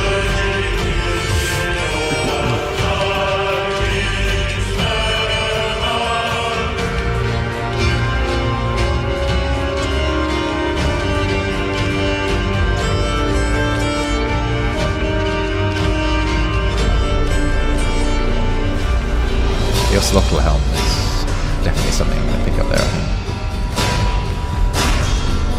And Aphira doesn't look too different to what we've had before, but nice anyway.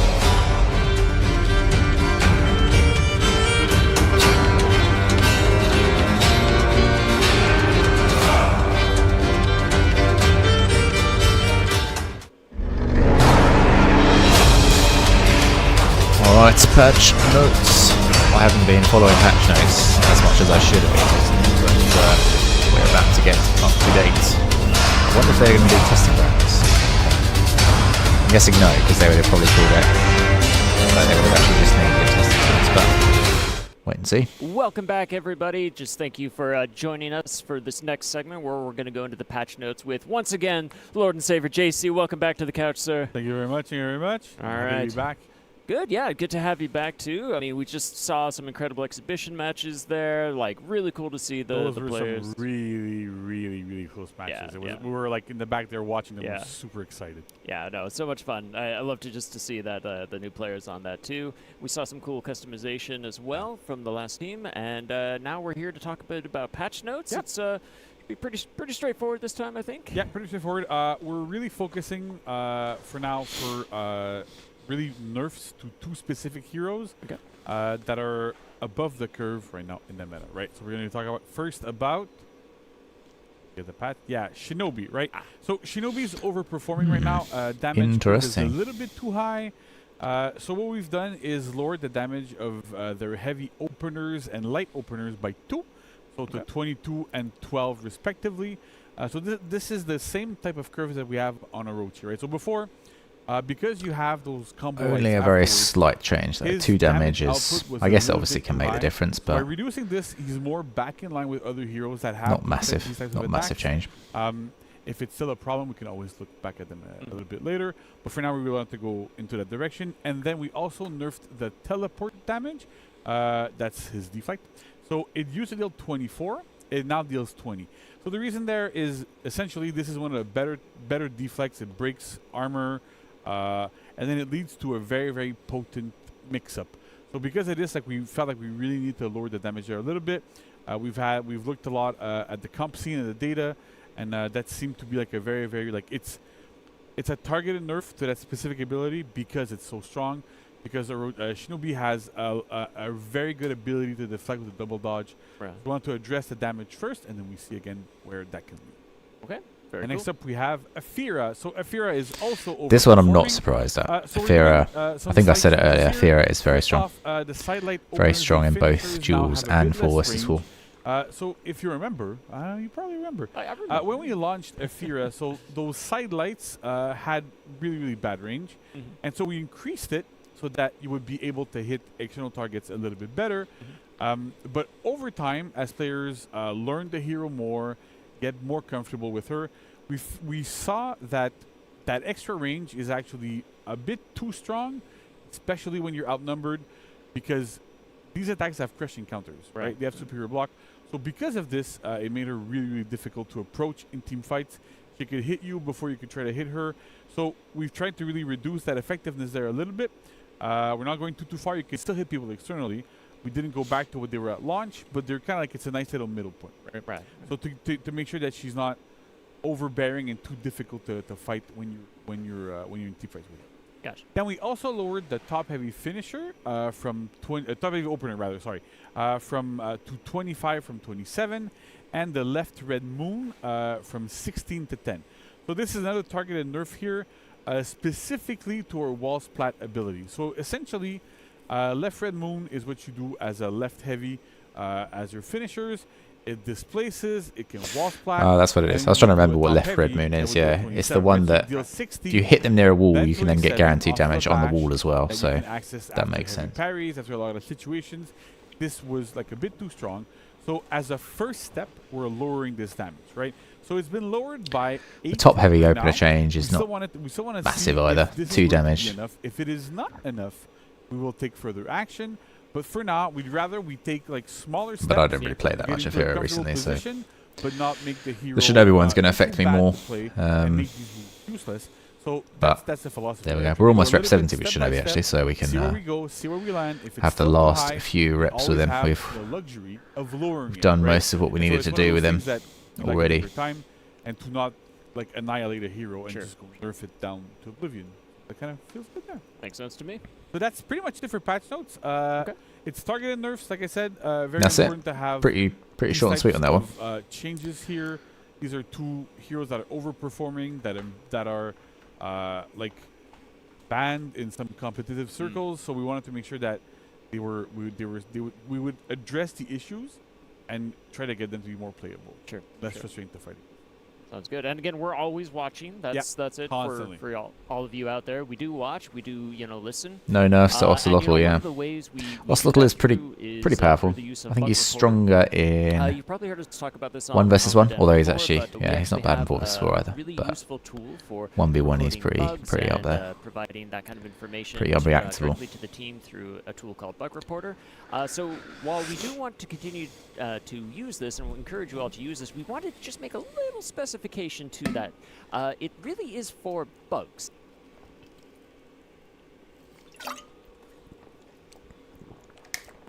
Issue is that we tend to also see a lot of feedback kind of being sent in Bug Reporter. It's not bad to give feedback. We don't want to discourage anybody from giving feedback. Definitely not. Yeah, for sure. And we just really want to kind of encourage you to use like more of our social media channels or places like Reddit or other forums to kind of go and provide your suggestions or your feedback or things like that.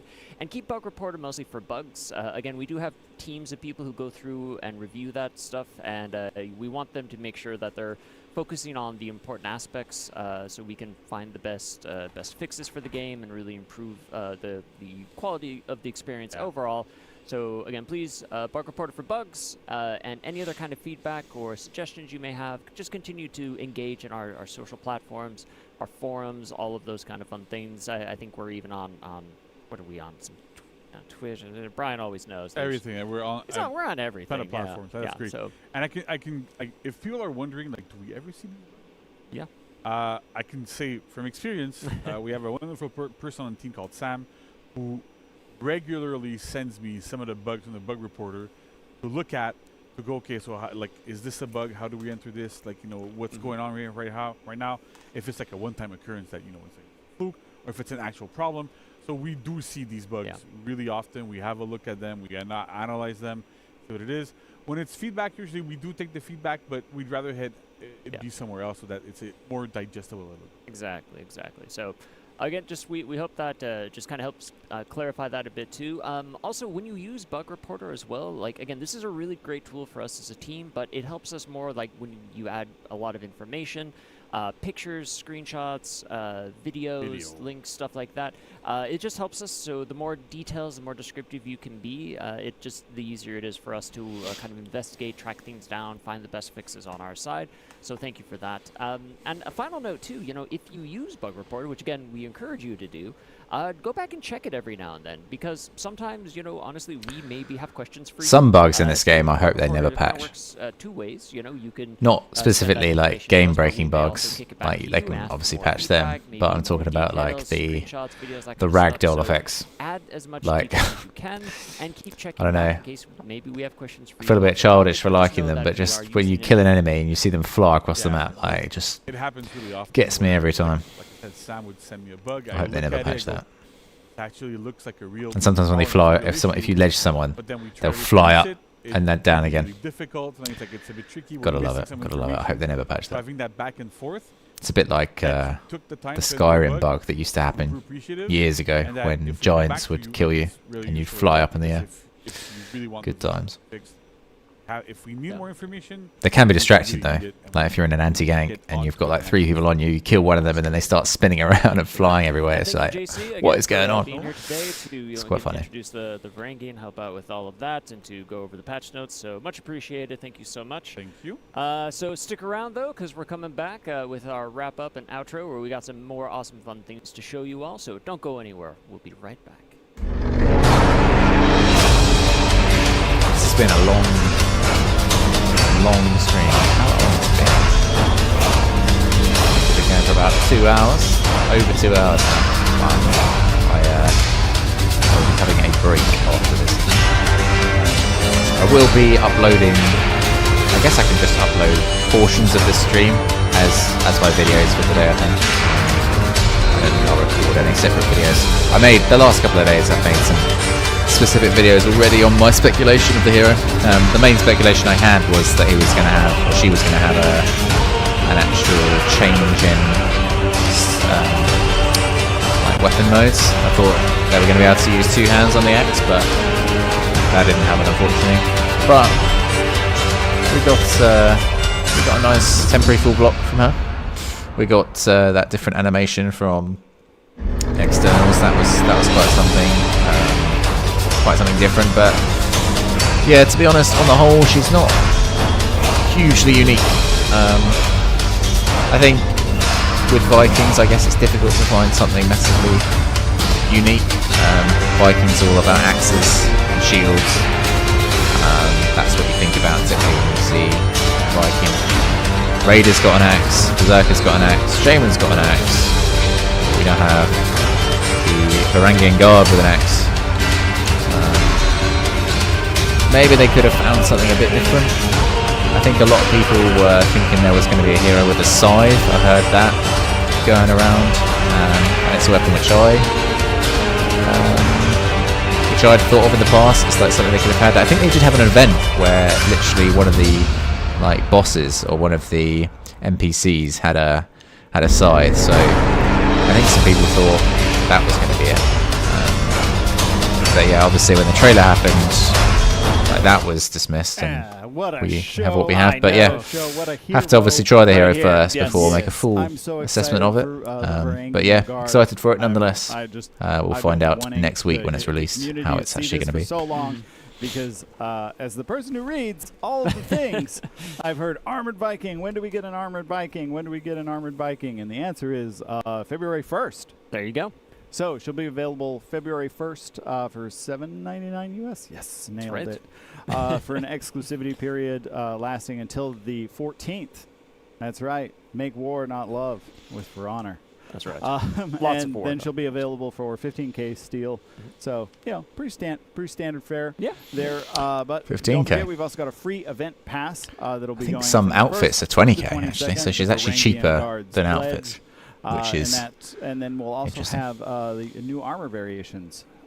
So yeah, we've got the Viking, Wulin, and Outlanders. I'm excited for the Ocelotl. I also, you know, anytime I get more material surface on anyone, that's great. So this is a good armor variation one for my yeah, 15,000 isn't too bad, and 7.99 isn't actually that expensive either. And then we've also got 3 Hero Fests coming up: Nabushi, Blackprior, and I don't think anyway. Awesome. It's as not well too bad. as a throwback event. The Blackprior's Riposte on February 29th through March 7th. It's on a leap year. Yeah. Wow. So some people will finally turn 4 this year. Aw, Isn't that congrats. great? Isn't that great? Happy. Oh, we're over here now. We're over here. Happy birthday for you leap year babies. So it is time for us once again, and I made sure that Havoc is forced to watch this in the other room. We've got Community Corner, so let's take a look at some video submissions, video and art submissions from the community. I love this segment because I make sure not to see it beforehand. So it's always a surprise for this guy. It is. I like being surprised. I edit the video, so I know. Yeah, I pick them too. That's where we are. All at. right. So first up, we've got Not Today, Satan, submitted by Arianus. What is this? This is not today. This is unfortunately Just get him. A common occurrence on this How game. is This he is the why same? characters need to have a roll catcher. he finally trades. I do not need to say any more after that bit. At Humble Sharks. Oh, this is good. This is Always nice. love good Nobu art. Yeah. I'm so happy. Yeah, I like pencil drawings actually. Probably not. Yeah. Then we got The Bot Goes submitted by Vidal the King, one of our frequent submissioners. Oh, is this going to be one of those ragdoll effects? Submissioners on a Thursday. We're making up words. So. Oh yeah, classic. So There we go. this was Bot. funny because sometimes Just you waits wind for you up to in complete the situations execution. where somebody rage quits and there's a bot there, and you're like, oh, we're definitely gonna lose now, but not today. Is the bot gonna Satan. clutch? Is it gonna clutch? I don't know. We'll find out. Man. At least it's Anusha, which is one of my favorite heroes in the game, so I'm always excited. Bot's going to win this. I generally don't have problems with bots. Unless Sad it's a times for the bot. Sen. I think To there's lose something there. a Need to look Dominion into that. game, yeah. Yes, go So, Anusha. new spot for To the lose clutch. it for- And then this for one made that. me happy. Samurai won a round of the Samurai won? faction war. When? And I like What? this one because we have Knights, Vikings, and Samurai. All When of did them. that happen? I missed that. Well, I mean, that's good, I guess. What? Oh, here we go, classic. This is what I mean. Beyblade. I hope they never ever patch I that. have no idea what's happening here. I showed this to Vanessa. She was like, "I've never seen." Please this. don't patch Never that. I seen love this it. happen." That I love. That's, I love when this That's happens. fun. Yeah, Warden Copter goes. How is that happening?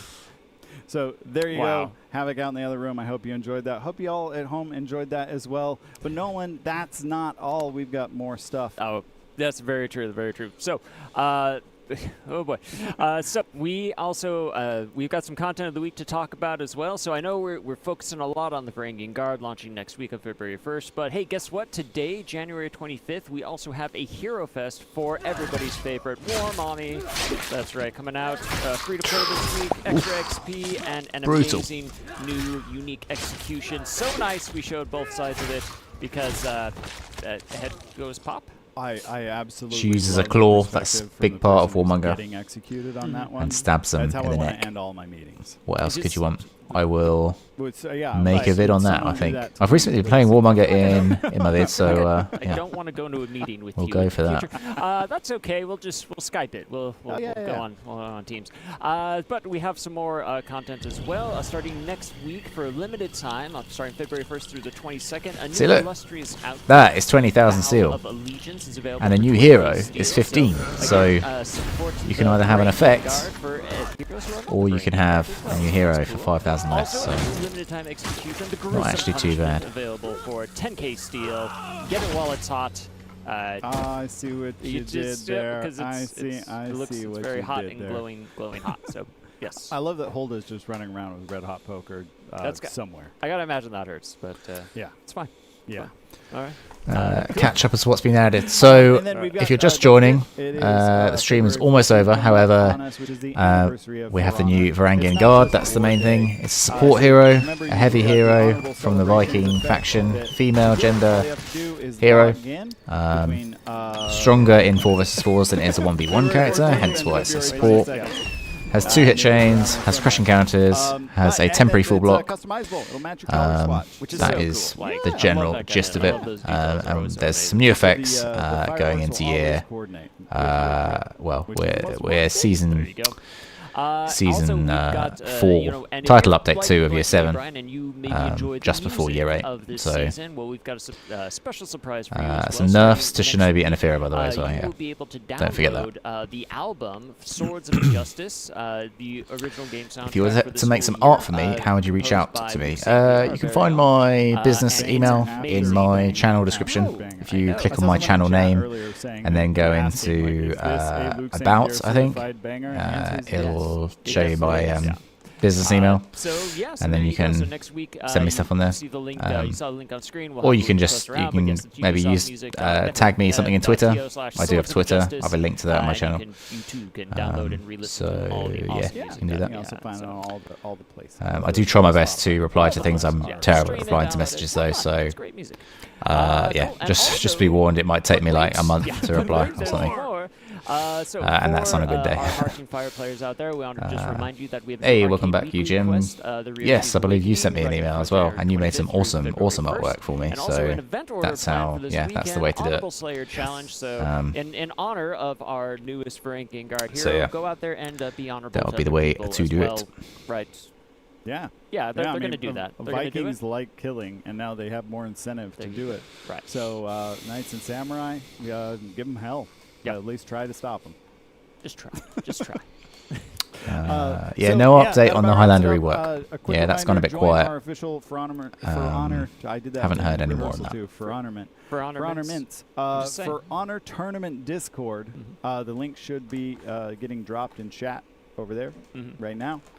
And yeah, thank you for watching. Remember to follow us on all the social medias. We're on Twitter, we're on Instagram, we're on, obviously we have a subreddit, and there's also the @Ubisoft TikTok where we post a lot of For Honor content. So if you like to see Yes, I will be getting the new War Mother execution for sure. Ubisoft, TikTok. Do it. Yeah.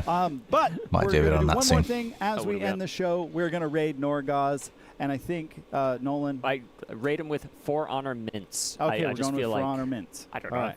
So just Still makes me spam For laugh. Honor Mints. We're going to raid Norgaz at the end of the show. Thank you, everyone, for joining us. Thank you, All Nolan, right, for hosting there we today. go. I think that's going to be it, And, guys. hey, yeah, thank me too. Yeah, thank you. Thank you very, very much whatever I for joining us for the stream. And Hope we you will guys see- yeah, enjoyed we'll it. see all of you on the next Warriors Day. The new reveal showed us the Varangian Guard hero. Got a couple of updates in terms of the Athera and Shinobi being nerfed. But yeah, we'll have to wait and see next week how it actually plays out in the live game. So hope you have an amazing rest of the day, guys, wherever you are in the world. And I will see you in the next video. Thanks very much for watching. Please like if you enjoyed it and subscribe if you're new.